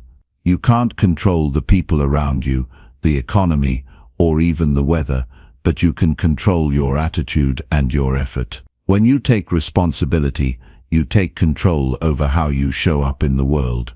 This is where personal growth happens. It's in the moments when you make the decision to take action, to move forward despite your fears, and to do what needs to be done to get closer to your goals. Those decisions made over and over again will shape your future.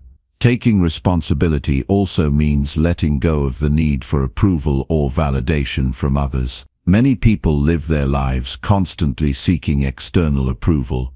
They look to others to tell them they're doing a good job, or to confirm that they're on the right path. But when you take full responsibility for your life, you realize that you don't need anyone else's permission.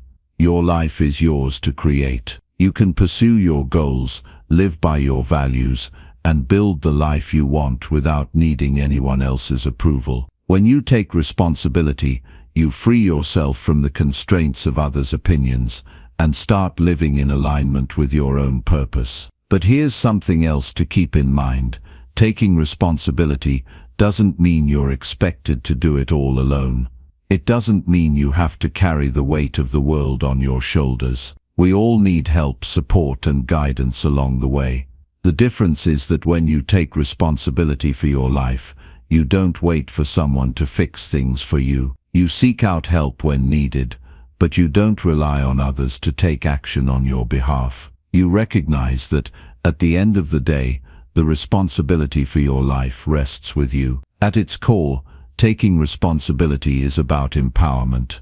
It's about recognizing that you have the ability to shape your life, no matter what has happened in the past or what challenges you may face. When you take responsibility, you stop waiting for the world to change and start taking action to make the changes you want to see. You begin to see yourself as the author of your story, and that gives you the freedom to write your own chapters. So the next time you find yourself wanting to point the finger at someone or something else, take a step back. Ask yourself what role you played in the situation, what can you learn from it, and what can you do to move forward. Taking responsibility is not always easy, but it is always empowering. It's the key to taking control of your life and becoming the person you're meant to be. When you own your actions, your mindset, and your future, you unlock the power to create the life you desire. And that, my friend, is where real growth begins. Chapter 13. Cultivate a mindset of growth. Cultivating a mindset of growth isn't just about learning new things or taking on new challenges. It's about transforming the way you view the world and your place in it. It's about developing a way of thinking that sees opportunity in every setback and potential in every challenge. A growth mindset isn't something you're born with, it's something you build. And it's one of the most powerful things you can do for yourself if you want to get better every single day. Most people live with a fixed mindset, whether they realize it or not. They believe that their abilities, intelligence, and talents are set in stone, that they can't change them no matter how hard they try. If they fail at something, they take it as a sign that they're just not good enough. They believe that success is something that happens to a select few, and that they'll never be one of those lucky few. But here's the truth. None of that is true. Success doesn't come from being born with talent or having everything figured out from the start. It comes from the willingness to learn, to grow, and to adapt. A growth mindset is the belief that your abilities can be developed through hard work, dedication, and perseverance. It's about seeing challenges as opportunities to learn rather than obstacles to success. When you adopt this mindset, failure isn't something to fear, it's something to embrace as part of the process. You begin to see that every time you stumble, you learn something new, and that knowledge brings you one step closer to your goal. It all starts with the way you view your challenges. When you have a growth mindset, you don't shy away from difficulty. You don't look for the easiest path or avoid tasks that seem too hard. Instead, you face them head-on. You embrace the struggle because you know that struggle is where the growth happens. The moment you stop being afraid of failure and start seeing it as a necessary part of learning, you unlock the ability to achieve things you never thought possible. Think about the last time you faced something difficult. How did you approach it? Did you look at it as an opportunity to grow, or did you shy away from it because it seemed too hard? When you have a growth mindset, you stop letting your initial discomfort or fear stop you. You start to push through the resistance, knowing that each small step you take forward is part of a larger process. You learn not to expect instant results, but to trust the process and stay committed to improving little by little every single day. One of the key aspects of a growth mindset is the belief that effort leads to improvement. It's easy to think that if something doesn't come easily to you, you're just not meant to do it. But that's not the case. Nothing worth having comes without effort. The more you put into something, the more you get out of it. When you approach challenges with the belief that your effort matters, you begin to realize that you're capable of far more than you thought. The magic happens in the process, not in the outcome. Another important aspect of a growth mindset is the way you approach feedback. When you have a fixed mindset, criticism feels like an attack. You take it personally and may even shy away from seeking out feedback because it's uncomfortable. But with a growth mindset, feedback is a gift. It's an opportunity to learn and improve. Instead of feeling defensive or discouraged, you embrace feedback as a tool to help you grow. When you stop seeing feedback as a reflection of your worth and start seeing it as a tool for improvement, you open yourself up to growth in ways you never could before. This mindset shift also means letting go of the idea that you need to have everything figured out. Many people hesitate to try new things because they feel they need to be perfect from the start. They don't want to make mistakes, so they don't take action. But if you want to grow, you have to be willing to be imperfect. You have to be willing to try, fail, and try again. The most successful people are not the ones who got everything right on the first try. They're the ones who kept showing up, kept learning, and kept growing, even when things didn't go as planned. When you embrace a growth mindset, you stop measuring your worth by your successes or failures. You understand that who you are is not determined by the outcome of any one thing. Instead, you measure your progress by how much you're learning and growing. When you see life as a continuous journey of learning, you stop getting discouraged by setbacks. You understand that every step forward, no matter how small, is progress. It's the journey that matters, not just the destination. But it's not just about you. A growth mindset also changes how you view other people. Instead of seeing others' success as something to envy or something that diminishes your own value, you start to see it as inspiration. When you adopt a growth mindset, you understand that someone else's success doesn't take away from your own potential. In fact, their success is proof that what you're striving for is possible. Instead of feeling jealous or threatened by others' achievements, you celebrate them as reminders that you too are capable of achieving your own dreams. Cultivating a growth mindset also means learning to enjoy the process of learning itself. Many people want to reach the end goal so badly that they forget to enjoy the journey. But the truth is, growth isn't just about getting from point A to point B. It's about the person you become in the process. Every time you push through a challenge, you're becoming stronger, more resilient, and more capable. The more you embrace the process, the more you'll enjoy the journey, and the more fulfilling your life will become. One of the best ways to develop a growth mindset is to surround yourself with people who have one. When you're around people who are constantly pushing themselves to grow, it motivates you to do the same. Find a community of like-minded individuals who believe in the power of learning and improvement. The energy from those around you can help you stay focused and inspired as you work on developing your own growth mindset. But even more important than who you surround yourself with is the way you talk to yourself. Your inner dialogue plays a massive role in shaping your mindset. If you constantly tell yourself that you're not good enough, or that you're incapable of learning new things, that becomes your reality. On the other hand, if you tell yourself that every failure is just a step toward learning, and that you're capable of growing and improving every day, that becomes your reality.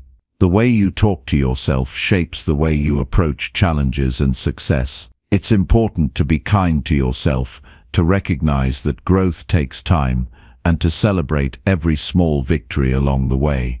Developing a growth mindset isn't something that happens overnight. It takes time, effort, and a willingness to push through discomfort. But the rewards are worth it. When you start seeing the world through the lens of growth, you begin to understand that there are no limits to what you can achieve. You start to approach life with curiosity instead of fear, and you begin to realize that you are capable of more than you ever imagined. A growth mindset will help you overcome obstacles, embrace challenges, and ultimately reach your fullest potential. So if you want to get better every single day, start by changing the way you think.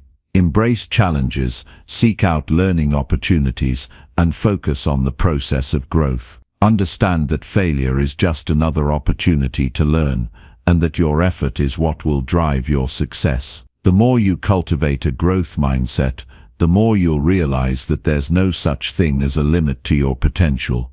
You can keep growing, learning, and evolving every single day. Chapter 14. Embrace discomfort. Embracing discomfort is a concept that many people tend to avoid or ignore because, let's face it, no one likes feeling uncomfortable. We all want things to be easy, smooth, and effortless. But what if I told you that the greatest growth in life comes from embracing those uncomfortable moments? The moments where you feel uncertain, scared, or out of your element. The truth is, if you want to improve, if you want to grow, and if you want to get better every single day, you need to welcome discomfort into your life, not shy away from it. When we talk about discomfort, most of us think about physical pain or a tough situation that pushes us to our limits. But discomfort isn't always so dramatic. It can come in many forms. It can be that feeling of nervousness before you take on something new, the discomfort of trying to have a difficult conversation, or even the unease that comes from stepping outside of your normal routine. It's not always easy, and it doesn't always feel good in the moment, but it's in those moments of discomfort that you are presented with the most valuable lessons. Think about the last time you pushed yourself beyond your comfort zone. Maybe it was a challenging project at work or an exercise routine that left you out of breath. How did you feel during and after that experience? You probably felt some resistance at first, but once it was over, you likely felt a sense of accomplishment, like you had learned something new about yourself. That sense of pride that comes from overcoming discomfort is what makes growth possible. When you embrace discomfort, you open yourself up to new experiences, new perspectives, and new opportunities for personal development. It's easy to stay in your comfort zone. It's easy to do what you know, stick to what feels safe, and avoid anything that might cause you stress or anxiety. But if you only ever stick to what's comfortable, you'll never stretch beyond your current limitations. You'll never uncover the hidden strengths and abilities that lie dormant inside you. Real growth happens when you challenge yourself, when you push your boundaries, and when you force yourself to step into the unknown. Discomfort isn't something to fear. It's something to embrace because it's a sign that you're moving in the right direction. One of the biggest reasons people avoid discomfort is fear. Fear of failure, fear of rejection, or fear of looking foolish. We're all afraid of failing at something, especially when it's something we really care about. But what if I told you that failure is just another form of feedback? Every failure is an opportunity to learn, to get better, and to grow. If you're not failing, then you're probably not pushing yourself hard enough. Embracing discomfort means being okay with the idea that you won't always succeed on your first try. It means understanding that failure is part of the process and that you can learn from every setback along the way.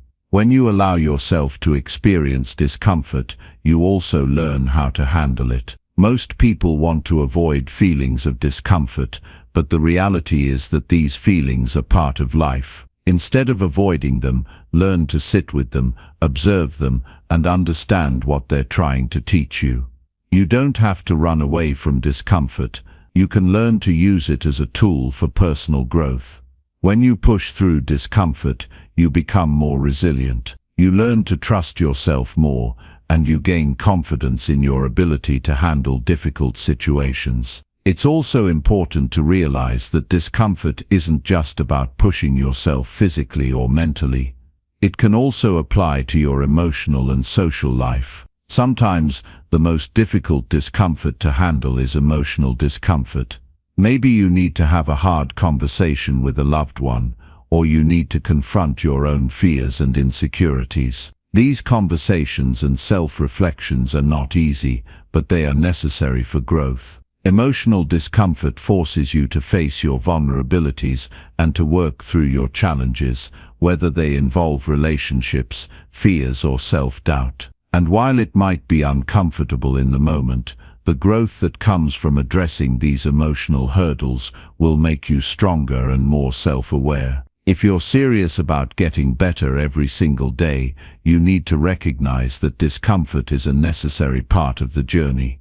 There's no way around it. Every time you step out of your comfort zone, you are presented with an opportunity to learn something new, to expand your limits, and to grow. The key is to stop seeing discomfort as something to avoid and start seeing it as a signal that you are on the right path. It's a sign that you're doing something that will help you become the best version of yourself. But you might be thinking, isn't there a line between embracing discomfort and overloading yourself? Of course, there's no need to put yourself in situations that are unnecessarily harmful or toxic. The key is balance. Pushing yourself too far too fast can lead to burnout or even self-doubt. But choosing the right kind of discomfort that challenges you in a healthy, manageable way is what leads to growth. Discomfort is not about punishing yourself or going to extremes. It's about gradually stepping into situations that stretch you, challenge your beliefs, and help you become more than you were yesterday. Start small if you need to. If public speaking makes you nervous, begin by speaking in front of a small group of friends. If you want to improve your physical fitness, start by adding an extra 10 minutes to your workout. Over time, those small steps will add up. The more you practice embracing discomfort, the easier it becomes to face bigger challenges down the road. The important thing is to keep moving forward, no matter how small the steps may seem. Discomfort also teaches you about yourself. It's easy to think you know who you are when you're only doing what's familiar to you. But when you face something that makes you uncomfortable, you learn more about your own strengths, fears, and limits. You discover what really matters to you, what you're capable of, and what you're willing to fight for. Discomfort forces you to confront your limitations, and that confrontation is what leads to breakthroughs. It forces you to reframe your beliefs about what's possible and to redefine your boundaries. So if you want to get better every single day, seek out discomfort. Don't shy away from the hard conversations, the difficult decisions, or the moments that push you to your limits. Embrace them. Recognize that these moments are where your growth lies. Understand that discomfort is not your enemy. It's your ally, pushing you to become more than you were before. Every time you face discomfort head-on, you'll find that you're capable of more than you thought possible. The more you embrace discomfort, the more you'll grow, and the more you'll be prepared for whatever challenges come your way. So don't run from it. Step into it. It's where your greatest potential lies. Chapter 15. Build meaningful connections. Building meaningful connections is one of the most essential aspects of personal growth, and it's one that too many people overlook. In today's world, it's easy to get caught up in the busyness of life, distracted by tasks, goals, and responsibilities, all while remaining somewhat disconnected from the people who really matter. We often focus on ourselves, on achieving success, and on pushing forward. But the truth is, none of that really matters if we don't have meaningful relationships with others. Our lives are ultimately about the connections we form, the impact we have on the people around us, and the way we help lift each other up. The first thing to understand about building meaningful connections is that it's not about the quantity of relationships you have, it's about the quality. It's easy to get caught up in the idea that the more people you know, the better, but in reality, it's the depth of your connections that makes all the difference. You can have hundreds of acquaintances, but if you don't have a few truly meaningful relationships, your life will likely feel empty. It's the deep, authentic relationships that provide the most fulfillment. These are the relationships where you can be yourself, where there's trust, understanding, and mutual respect. These are the relationships that nourish you, support you, and help you grow into the best version of yourself. Building meaningful connections starts with being open and vulnerable. It's about being willing to share parts of yourself that you might normally keep hidden. When you put yourself out there, when you allow others to see the real you, flaws, fears, dreams and all, you invite others to do the same. Vulnerability is not weakness. It's actually a sign of strength. It's the willingness to show your true self, even when it feels uncomfortable.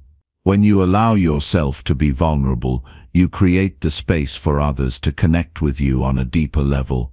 And when both parties are willing to be vulnerable, that's when the magic happens. That's when a connection goes from being surface level to something truly meaningful.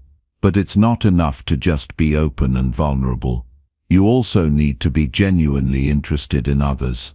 So many relationships are built on surface level interactions, where people talk about the weather or exchange pleasantries but never dive deeper. To build meaningful connections, you need to take a genuine interest in other people's lives. Ask questions. Listen with empathy. Show that you care about their well-being, their dreams and their struggles. When you show people that you're truly interested in them, not just as a means to an end but as a person, your relationships will flourish. People can tell when you're being authentic, and they will appreciate the effort you put into getting to know them. In return, they'll be more likely to open up to you and share their own lives. A key component of building strong connections is also learning how to be present. In a world full of distractions, it's easy to be physically with someone but mentally elsewhere. Maybe you're looking at your phone, thinking about your to-do list, or worrying about the next thing on your agenda.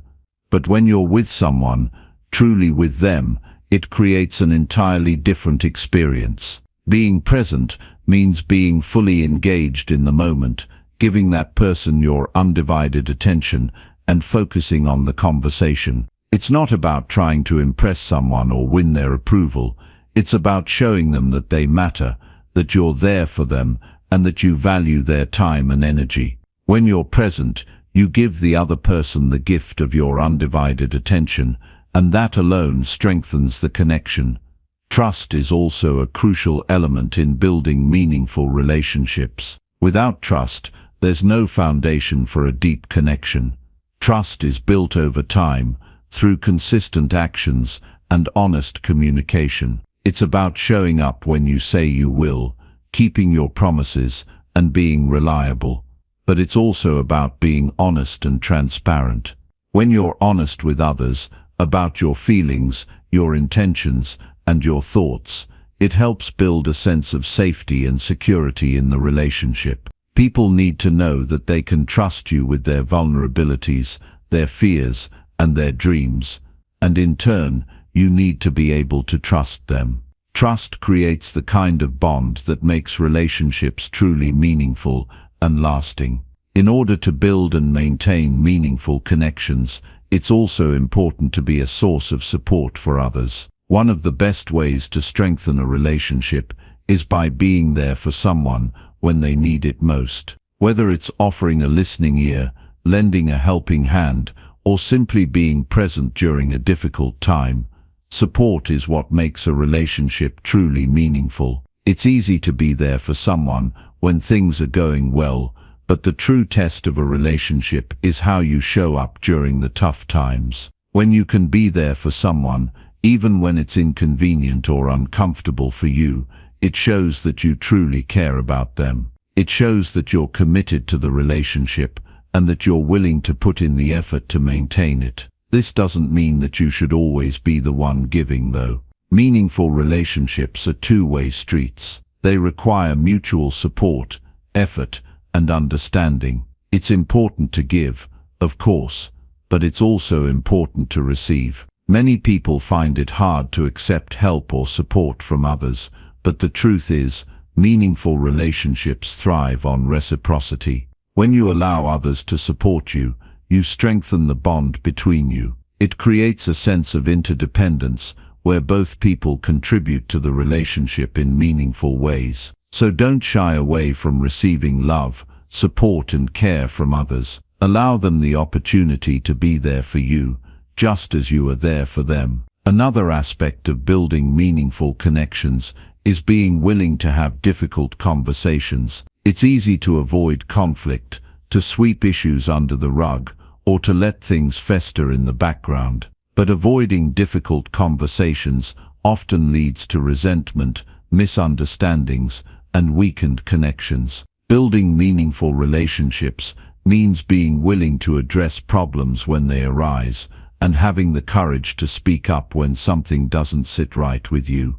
It's not about being confrontational or aggressive, it's about being honest and respectful. When you have difficult conversations with others, you show them that you care enough about the relationship to work through challenges together. It's a sign of maturity and commitment to the relationship. Time and effort also play a huge role in building meaningful connections. Relationships don't just happen, they take work. It's easy to get caught up in the demands of everyday life, but the truth is, the people you care about should be a priority. Make the time to nurture your relationships. Whether it's scheduling a weekly phone call with a close friend, planning regular date nights with your partner, or simply checking in on a family member, putting in the effort to stay connected is what keeps a relationship strong. When you prioritize relationships, you show the other person that they matter to you. And when both parties put in the effort, the connection deepens and the relationship flourishes. Lastly, it's important to remember that building meaningful connections isn't about seeking perfection in others. Every person you connect with will have flaws, just as you do. It's about accepting those flaws and still choosing to show up, still choosing to love, still choosing to be there. People are messy, and relationships aren't always perfect. But when you embrace the imperfections, when you accept the messiness of human connections, that's when you find the deepest, most meaningful relationships. It's in the flaws, the quirks, and the challenges that real connection happens. So, if you want to get better every single day, focus on building meaningful connections. Be open, be vulnerable, be present, and be supportive. Put in the effort, be honest, and be willing to work through the tough stuff. Relationships are what make life truly rich. They're what give you purpose, support, and fulfillment. They're the foundation upon which you can build your life, your dreams, and your legacy. The more you invest in meaningful connections, the more you'll see that your life isn't just about what you accomplish on your own. It's about the people you have beside you every step of the way. Chapter 16. Practice patience and persistence. Patience and persistence are two qualities that many people underestimate in today's fast-paced world. We want things now, not later. The rise of instant gratification, through everything from fast food to quick fixes on the internet, has created an environment where people expect immediate results. And while there's nothing inherently wrong with seeking efficiency, the truth is, real growth, real, lasting success, requires patience and a willingness to stick with things even when progress feels slow. The journey of getting better every single day is often a slow, gradual process. It's not a quick sprint to the finish line, but a marathon that requires consistent effort over time. Patience is what allows you to keep going when results aren't immediate. It's what keeps you grounded when things don't seem to be moving as quickly as you would like. It's knowing that success doesn't happen overnight. It happens in the small, consistent actions you take each day, even when they don't seem to be making a huge difference in the moment. At the same time, persistence is the drive to continue on, even when things get difficult or you face obstacles along the way. It's easy to start something, to feel excited and motivated in the beginning. But what happens when the excitement fades and the challenges start to pile up? That's when persistence becomes essential. It's the ability to keep going when things get hard, to show up every single day, even when you don't feel like it. Persistence is what makes success possible, because without it, you'll give up too soon, before the breakthrough happens. I think about the many stories of people who achieved great things, and what strikes me the most is how often those achievements came after long periods of hard work and struggle. The famous inventor Thomas Edison is a perfect example. He failed hundreds, if not thousands of times before inventing the light bulb. But what made Edison successful wasn't just his intelligence,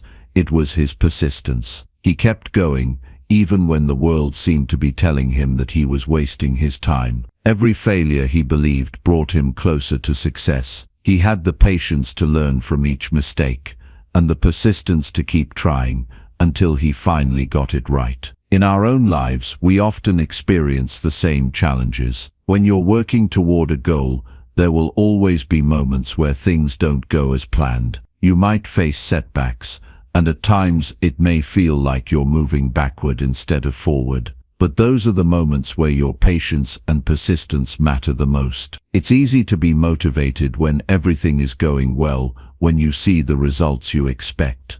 But what about when things don't go according to plan? That's when you need patience, and you need persistence more than ever. You need the patience to trust the process, even when you can't see the outcome right away. And you need the persistence to keep going, to stay focused on the long-term vision, rather than getting discouraged by temporary setbacks. When we talk about patience, it's also important to understand that it doesn't mean passivity. Patience doesn't mean sitting back and waiting for things to happen without taking any action. It's about taking consistent, thoughtful action while trusting that results will come in time. It's about being strategic, about making progress little by little, and about not rushing the process. Many people give up too soon because they expect immediate results. But the truth is, the best things in life take time. Building a career, developing a new skill, or making meaningful changes in your life all take time. They require patience, because real growth doesn't happen in an instant. It's built day by day, hour by hour. Persistence, on the other hand, is what keeps you from giving up when the going gets tough.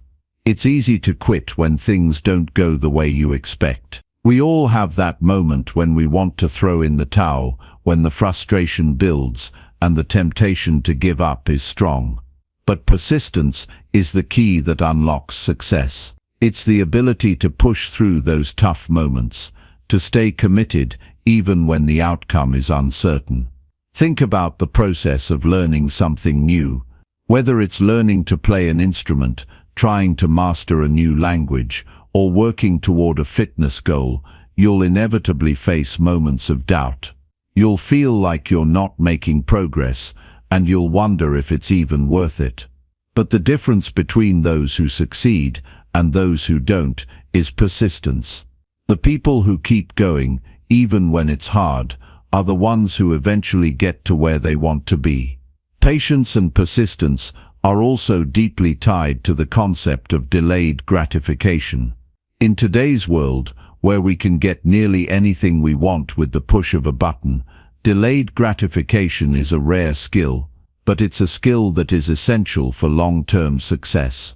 Delayed gratification is the ability to resist the temptation of immediate rewards in favor of bigger, more meaningful ones in the future. It's about understanding that the most worthwhile things in life require time and effort.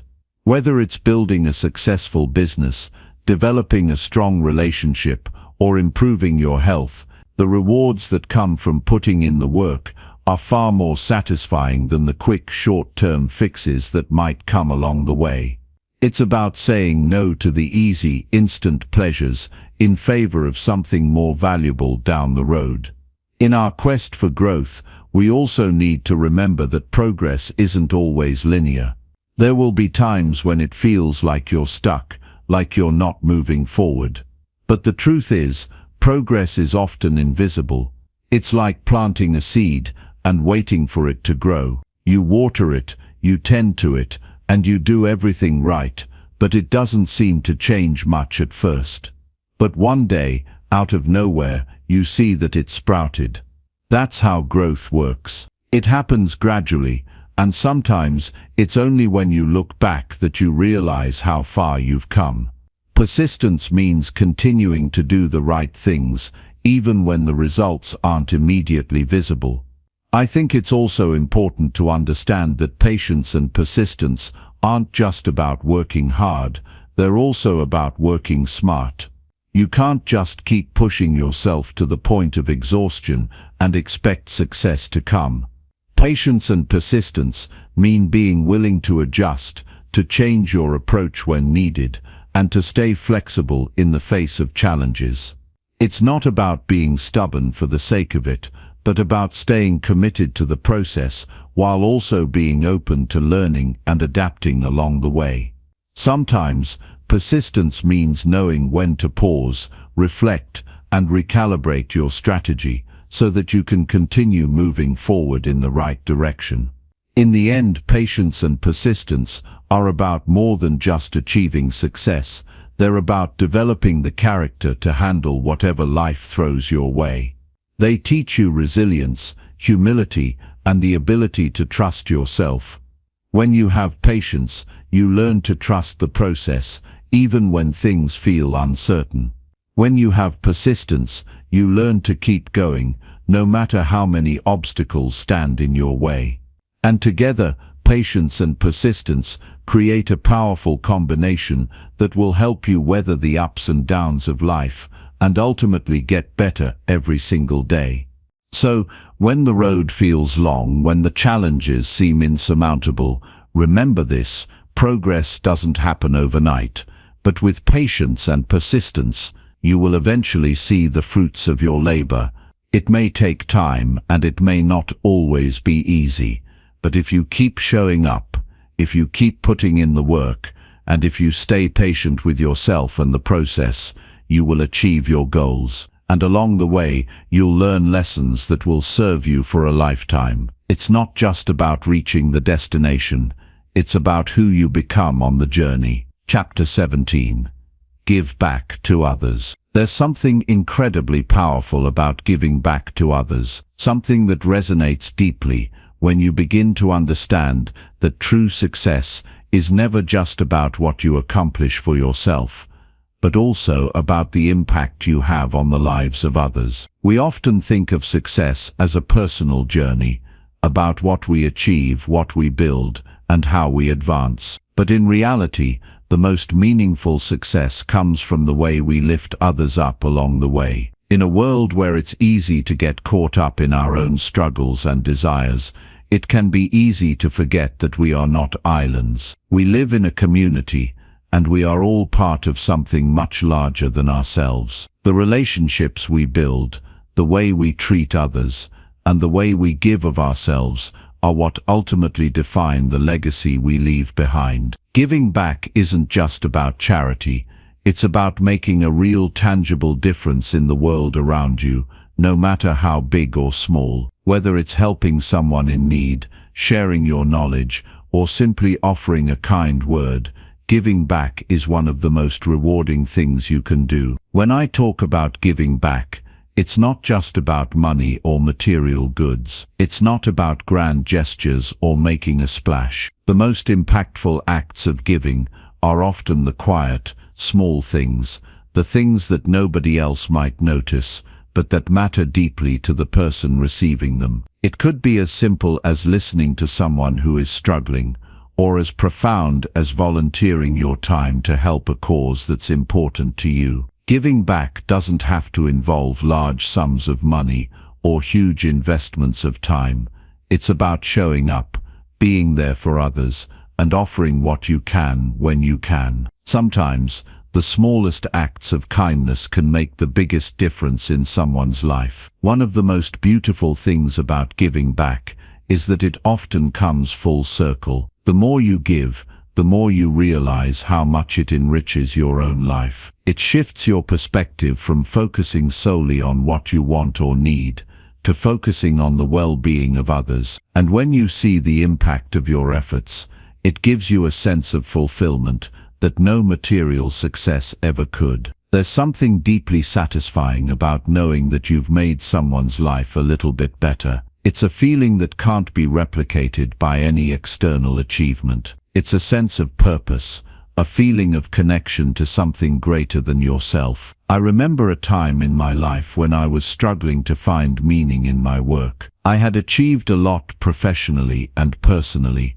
but something still felt empty. It wasn't until I started focusing on how I could help others, how I could give back, that I began to feel a true sense of fulfillment. At first, I started small. I began mentoring a few younger individuals who were looking for guidance, sharing what I had learned through my own experiences. I also started volunteering for causes that were close to my heart. And while I didn't expect anything in return, what I found was that the more I gave, the more I received. I was enriched not by the recognition or praise, but by the connections I built and the difference I was able to make. Giving back doesn't just benefit others, it transforms you. It makes you more compassionate, more empathetic, and more aware of the struggles and needs of the people around you. The more you focus on helping others, the more you realize that you are part of a larger whole. You begin to see the interconnectedness of all things, and you realize that true success is about lifting others up, not stepping on them to get ahead. It's about creating a positive ripple effect that spreads out far beyond your own life. When you help someone, whether through an act of kindness or a significant gesture, you not only improve their life, you improve your own. You grow as a person, becoming more generous, more selfless, and more attuned to the needs of others. The act of giving back also teaches you humility. When you give, you are reminded that you don't have all the answers, that you don't have all the resources, and that you don't have to do it all alone. It's a reminder that we are all dependent on one another, and that none of us is truly self-made. We all rely on the support, the guidance, and the generosity of others to get to where we are.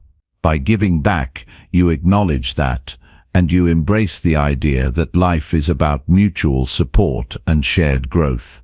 You don't have to have all the answers or the resources to make a difference. Sometimes, the simple act of being present for someone else is all they need. And when you give back, you also set an example for others to do the same.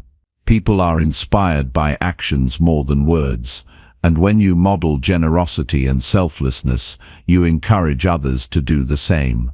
It creates a cycle of giving, a ripple effect that spreads from person to person, from community to community. Imagine if everyone adopted a mindset of giving, of helping others without expecting anything in return. The world would be a very different place. Giving back, in its most basic form, is about creating that change, one small act at a time. But giving isn't always easy. It's not always convenient. Sometimes it requires sacrifices, whether it's your time, your energy, or your resources. And sometimes it can be difficult to give when you feel like you're struggling yourself. But this is where true giving comes into play. The most meaningful acts of giving are often those that come at a personal cost. They're the moments when you push past your own discomfort, your own challenges, to help someone else. And while it might feel difficult in the moment, it's precisely these acts that bring the most satisfaction. Giving when it's not easy is a true expression of selflessness, and it's what makes the act of giving so powerful. At the same time, it's important to understand that giving back doesn't always mean sacrificing your well-being. You can give generously without draining yourself. You can make a difference without burning out. It's about finding balance and being intentional with your efforts. You don't have to say yes to every request or take on every responsibility.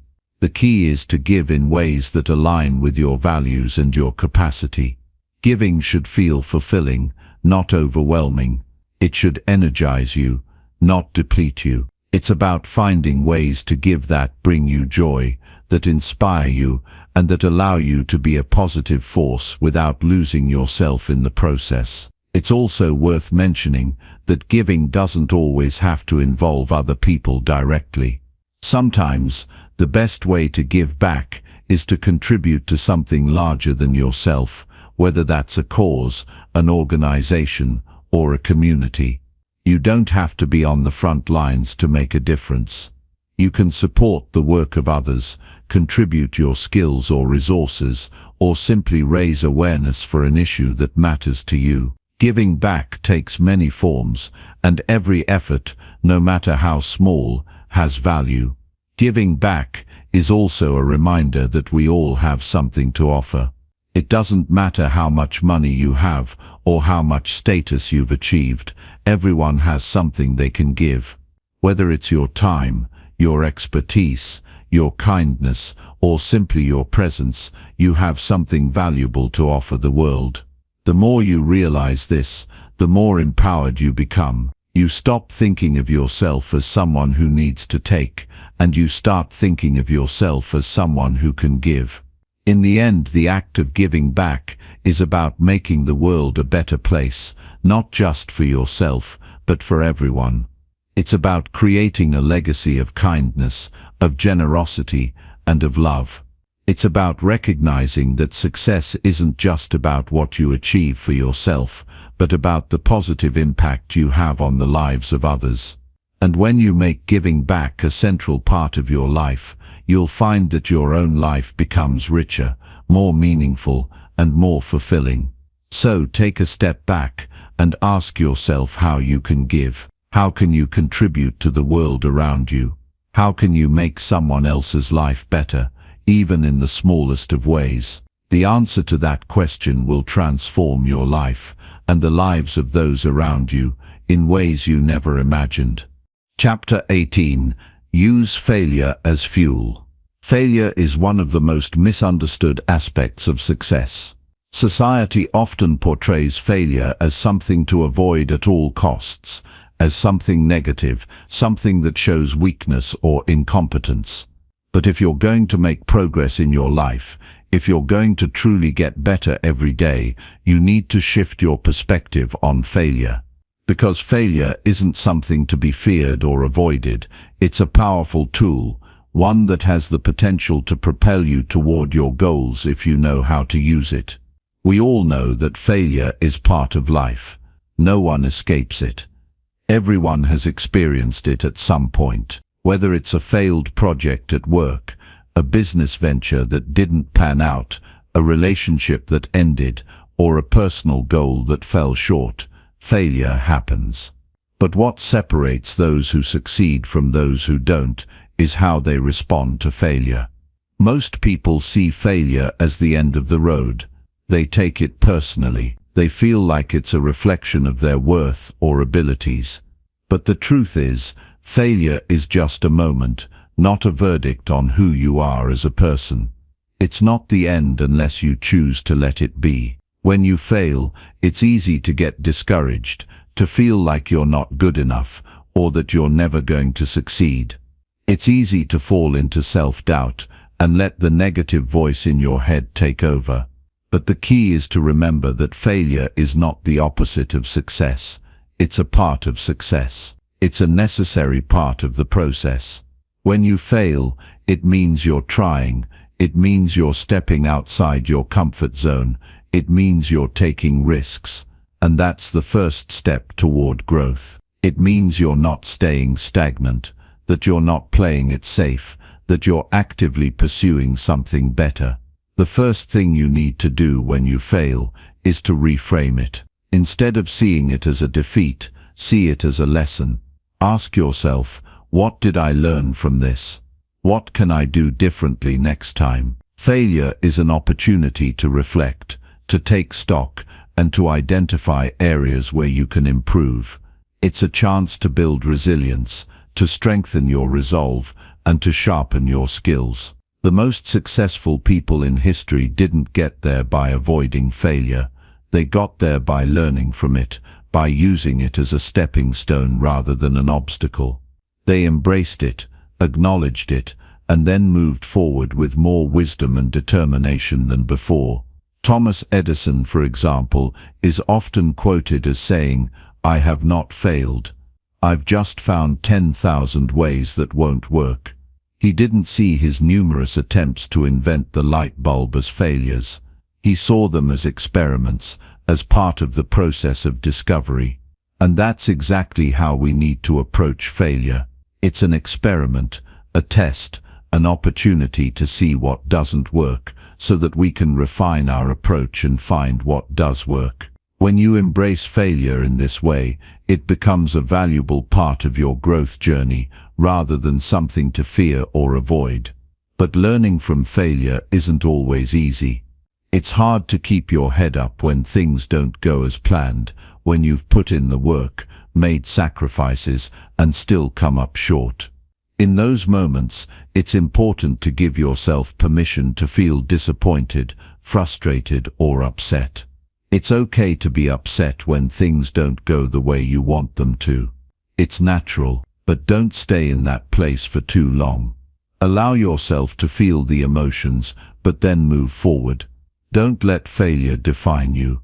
Don't let it be the story you tell yourself. Instead, use it as fuel for your next attempt. Use it as motivation to get better, to refine your skills, to push harder next time. One of the most important things to remember when you fail is to not take it personally. Failure is not a reflection of your worth. It doesn't mean you're a failure as a person, and it doesn't mean you'll never succeed. It just means that you've encountered a setback, and that's all it is, a temporary setback. Your worth is not defined by the outcome of any single attempt. Your worth is defined by your persistence, your determination, and your ability to keep going even when things get tough. One thing that helps in these moments is perspective. When you fail, it's easy to focus only on the negative. But if you zoom out, you'll see that failure is just one part of the bigger picture. In the grand scheme of your life, one failure doesn't define you. It doesn't have to be the end of the road. It's just a small chapter in a much larger story. And just like any good story, there will be ups and downs. There will be moments of triumph and moments of defeat. The key is to keep going, to not let the failures stop you, but to use them as stepping stones toward your ultimate goal. You also need to remember that failure isn't the same thing as giving up. Failure is a part of the process. Quitting is a choice. Just because something didn't work out the way you hoped doesn't mean it's time to walk away. It's time to reevaluate, to adjust your approach, and to try again. Sometimes failure means you're on the right track, but you need to adjust your methods. It's like trying to solve a puzzle. You may not get the right answer on the first try, but with each wrong answer, you get closer to the right one. What often happens is that people give up too soon. They try once or twice or 3 times, and when they don't see immediate results, they throw in the towel. But real growth and success come from pushing through those difficult moments. The people who succeed are the ones who refuse to quit, who are willing to keep going even when things get tough. And the only way to build that kind of resilience is to embrace failure, to let it teach you, to let it guide you toward better strategies and better outcomes. The key to using failure as fuel is to not dwell on the past. It's easy to get stuck in the what-ifs and the should-have-dones, but that's a trap. The past is over. It's done. What matters is what you do next. The faster you can move on from failure, the quicker you can get back on track and take the next step forward. Every failure is an opportunity to refine your approach, to tweak your plan, and to become better than you were before. It's all part of the process. If you look at the most successful people in the world, you'll see that they've all failed in some way. They've faced challenges, setbacks, and defeats. But they didn't let those things stop them. They used failure as a tool to get better. They saw it as part of their journey, not something to be avoided or feared. And that's the attitude you need to adopt if you want to get better every single day. It's important to remember that success is rarely a straight line. There will be twists and turns, and there will be bumps in the road. But that's okay. The key is to stay committed, to keep learning, and to never give up. Failure is just a temporary setback, a momentary obstacle, and when you embrace it as part of the process, you'll find that it no longer holds you back. Instead, it will propel you forward, giving you the fuel you need to keep going, to keep striving, and to keep improving. So the next time you fail, remember this failure is not the end. It's a step on the road to success. Use it as fuel, learn from it, and keep moving forward. Because in the end, it's not the failure that defines you, it's how you respond to it. And when you respond with resilience, determination, and a commitment to growth, there's no limit to what you can achieve. Chapter 19. Simplify to focus on what matters. When you're trying to build something meaningful in your life, it's easy to get caught up in the noise. The world is full of distractions, things that pull at your attention and demand your time. It's not just the obvious distractions, like social media or news cycles, but also the smaller things, the daily tasks, and the endless commitments that seem important at the time. The truth is, all of these things can easily prevent you from focusing on what truly matters, from putting your energy toward the things that will move you closer to your goals. That's why learning to simplify your life is so crucial. Simplification isn't about doing less for the sake of doing less. It's about focusing your time and energy on what really matters, and cutting out everything that doesn't align with your purpose or your vision. The first step in simplifying your life is to understand that not everything deserves your attention. We live in a world where we're constantly bombarded with messages, tasks, and demands. It can feel overwhelming, and it's easy to fall into the trap of thinking that you need to do everything all the time in order to succeed. But that's simply not true. When you try to do everything, you end up doing nothing well. You spread yourself too thin, and you dilute your energy and focus. Simplification is about being selective, about understanding that your time and attention are finite resources, and that you can't afford to waste them on things that don't serve your greater purpose. You might look at your to-do list, your calendar, or your daily routine, and feel like there's just too much going on. And in many cases, you'd be right. The average person's schedule is packed with obligations, appointments, and tasks, many of which are not even that important. You might find yourself checking off items just to check them off, without ever stopping to ask yourself if they're moving you toward your larger goals. This is where simplification starts, by asking yourself, does this thing really matter? Is this taking me closer to where I want to go? When you start questioning everything you do, you'll quickly realize that a lot of it is unnecessary. Some of the things that fill your day might seem important, but in the grand scheme of things, they don't move the needle. They don't bring you closer to your goals or help you grow. For example, maybe you've been spending too much time scrolling through social media or binge-watching TV shows that add little value to your life. Sure, these activities can provide temporary distraction or entertainment, but do they really align with what you want to accomplish? Do they help you develop the habits, mindset, and skills that will help you become the person you want to be? Simplifying your life means cutting back on these distractions. It's not about eliminating everything that's fun or relaxing, but rather about being intentional with how you spend your time. If you want to succeed, if you want to get better every single day, you need to spend your time on things that matter. And this goes beyond just being productive. It's about creating space for the things that nourish your mind, body, and spirit. It's about choosing quality over quantity, depth over surface-level engagements. Start by identifying your top priorities, the things that matter most to you and that align with your vision for your life. These are the areas where you want to invest your time and energy. For some it might be family, for others it might be career or personal growth. Whatever it is, be clear about what those priorities are. Once you've identified them, take a hard look at the rest of your life. What are you spending time on that doesn't align with your priorities? What can you eliminate or reduce? This doesn't mean you have to do away with everything that isn't directly tied to your goals. Life is about balance, after all. But what it does mean is that you have to be intentional about where you place your energy.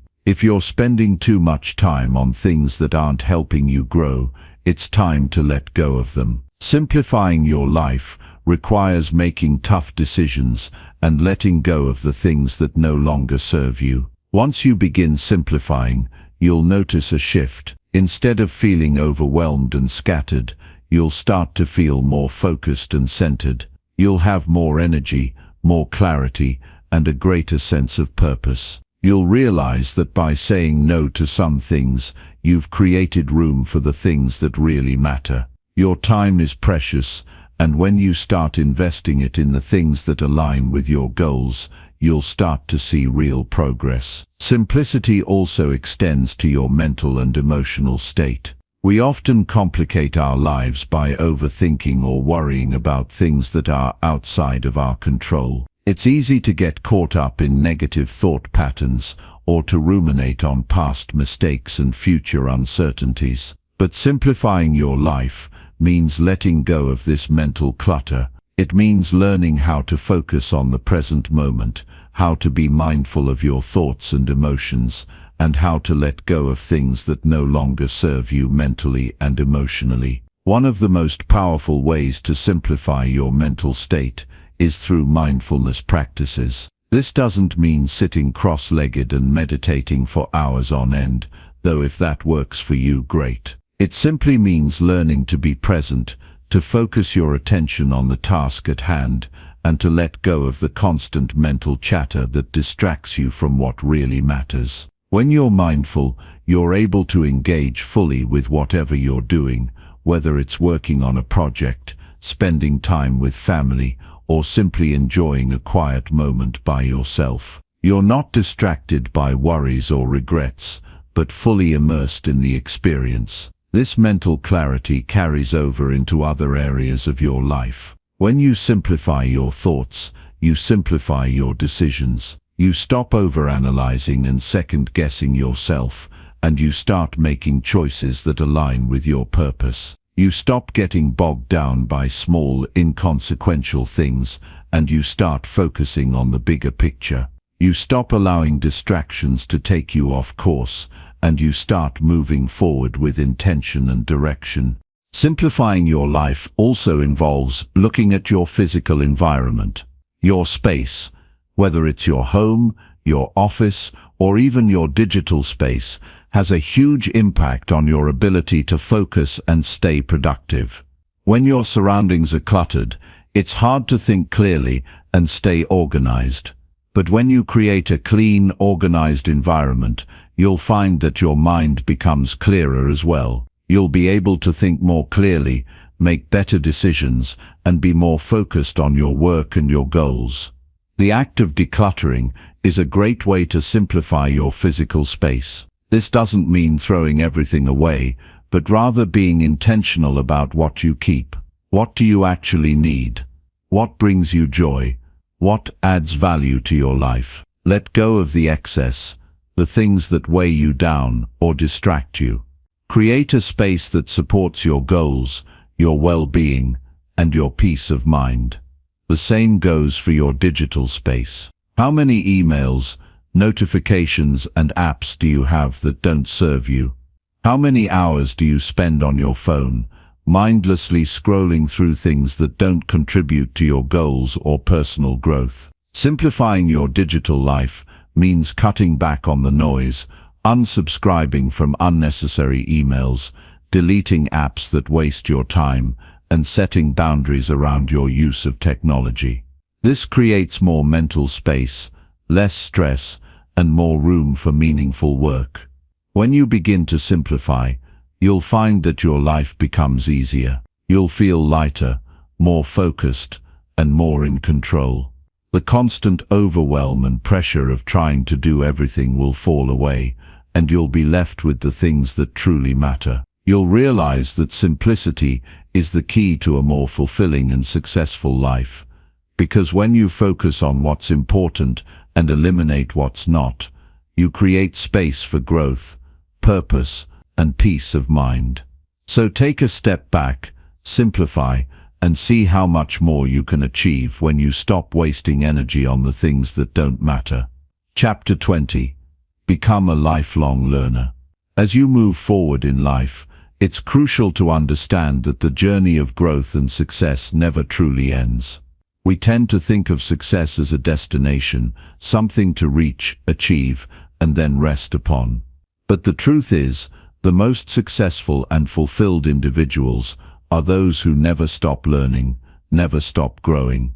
They embrace the idea of being a lifelong learner, constantly seeking new knowledge, new experiences, and new ways to improve themselves.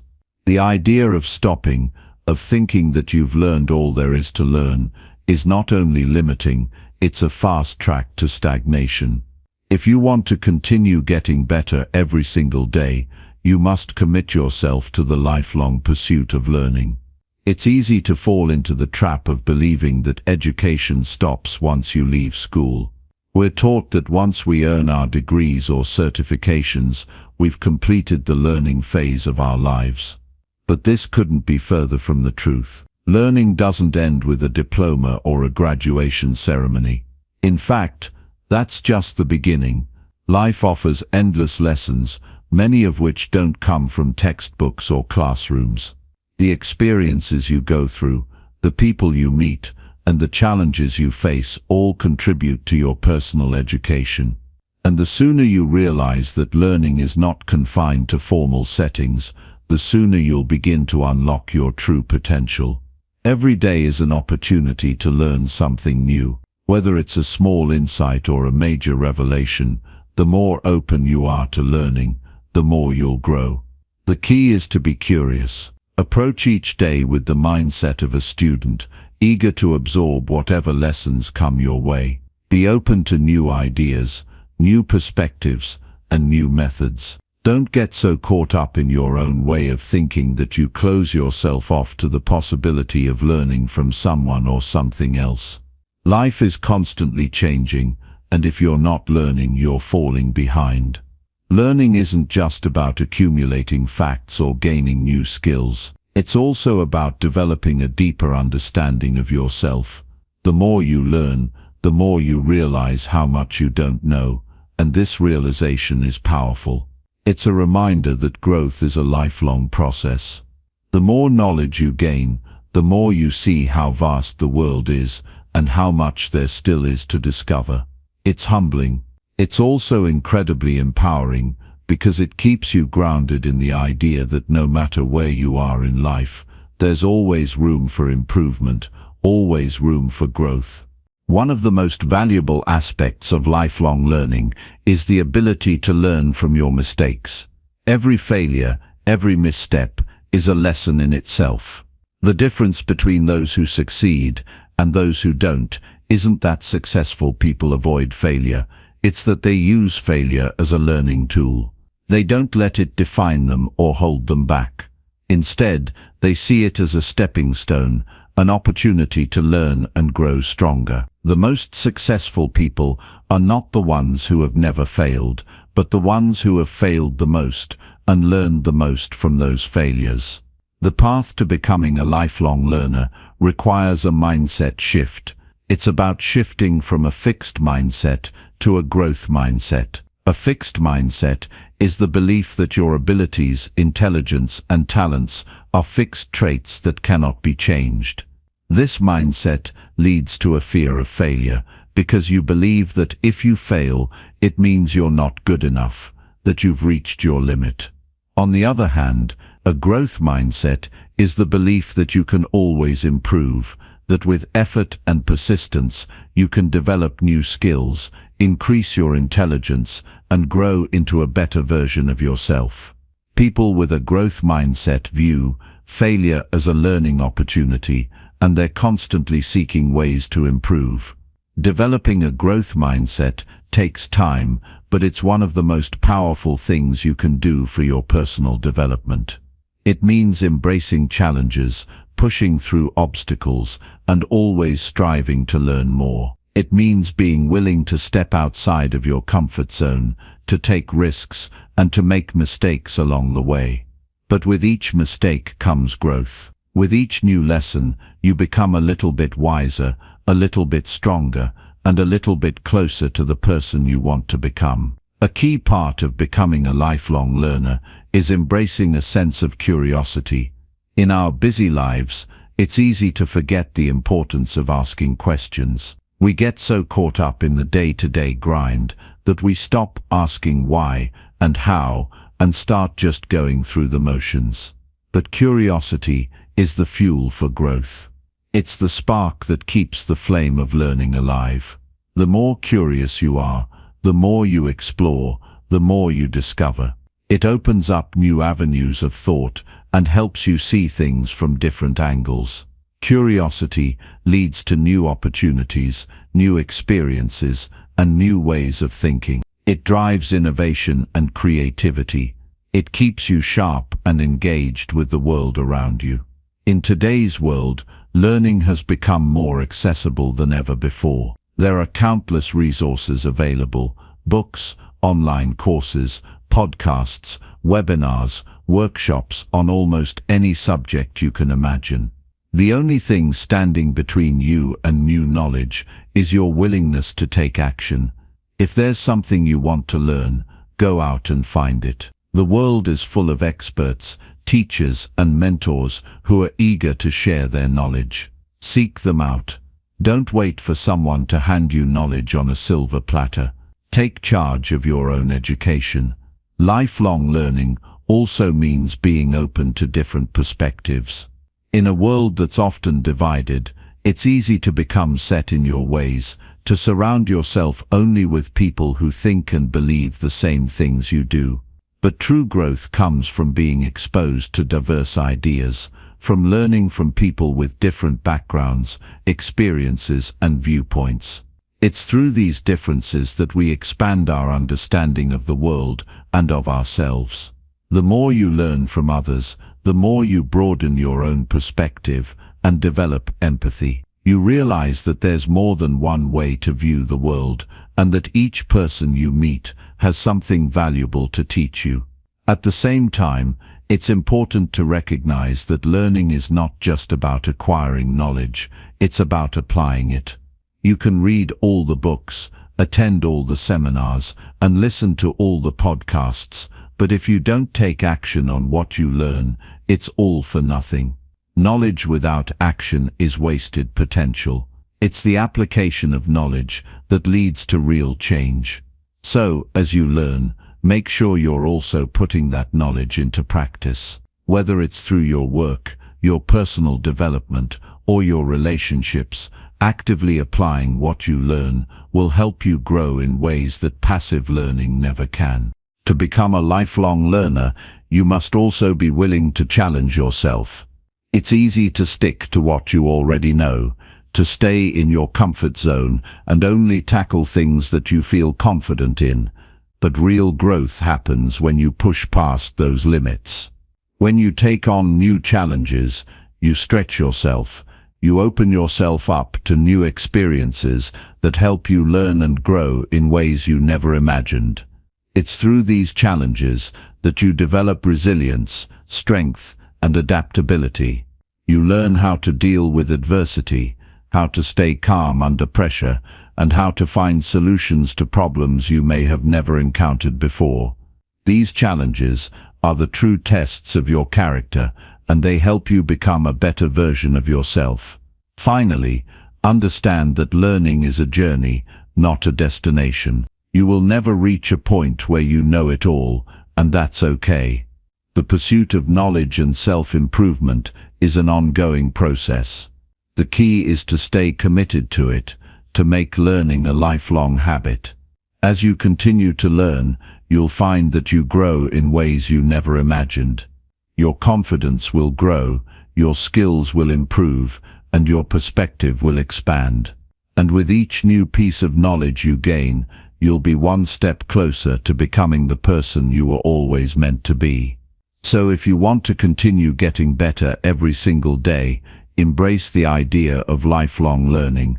Keep asking questions, keep seeking answers, and never stop growing. Because the journey of learning is the journey of life itself. It's what keeps us moving forward, evolving, and becoming better versions of ourselves every day.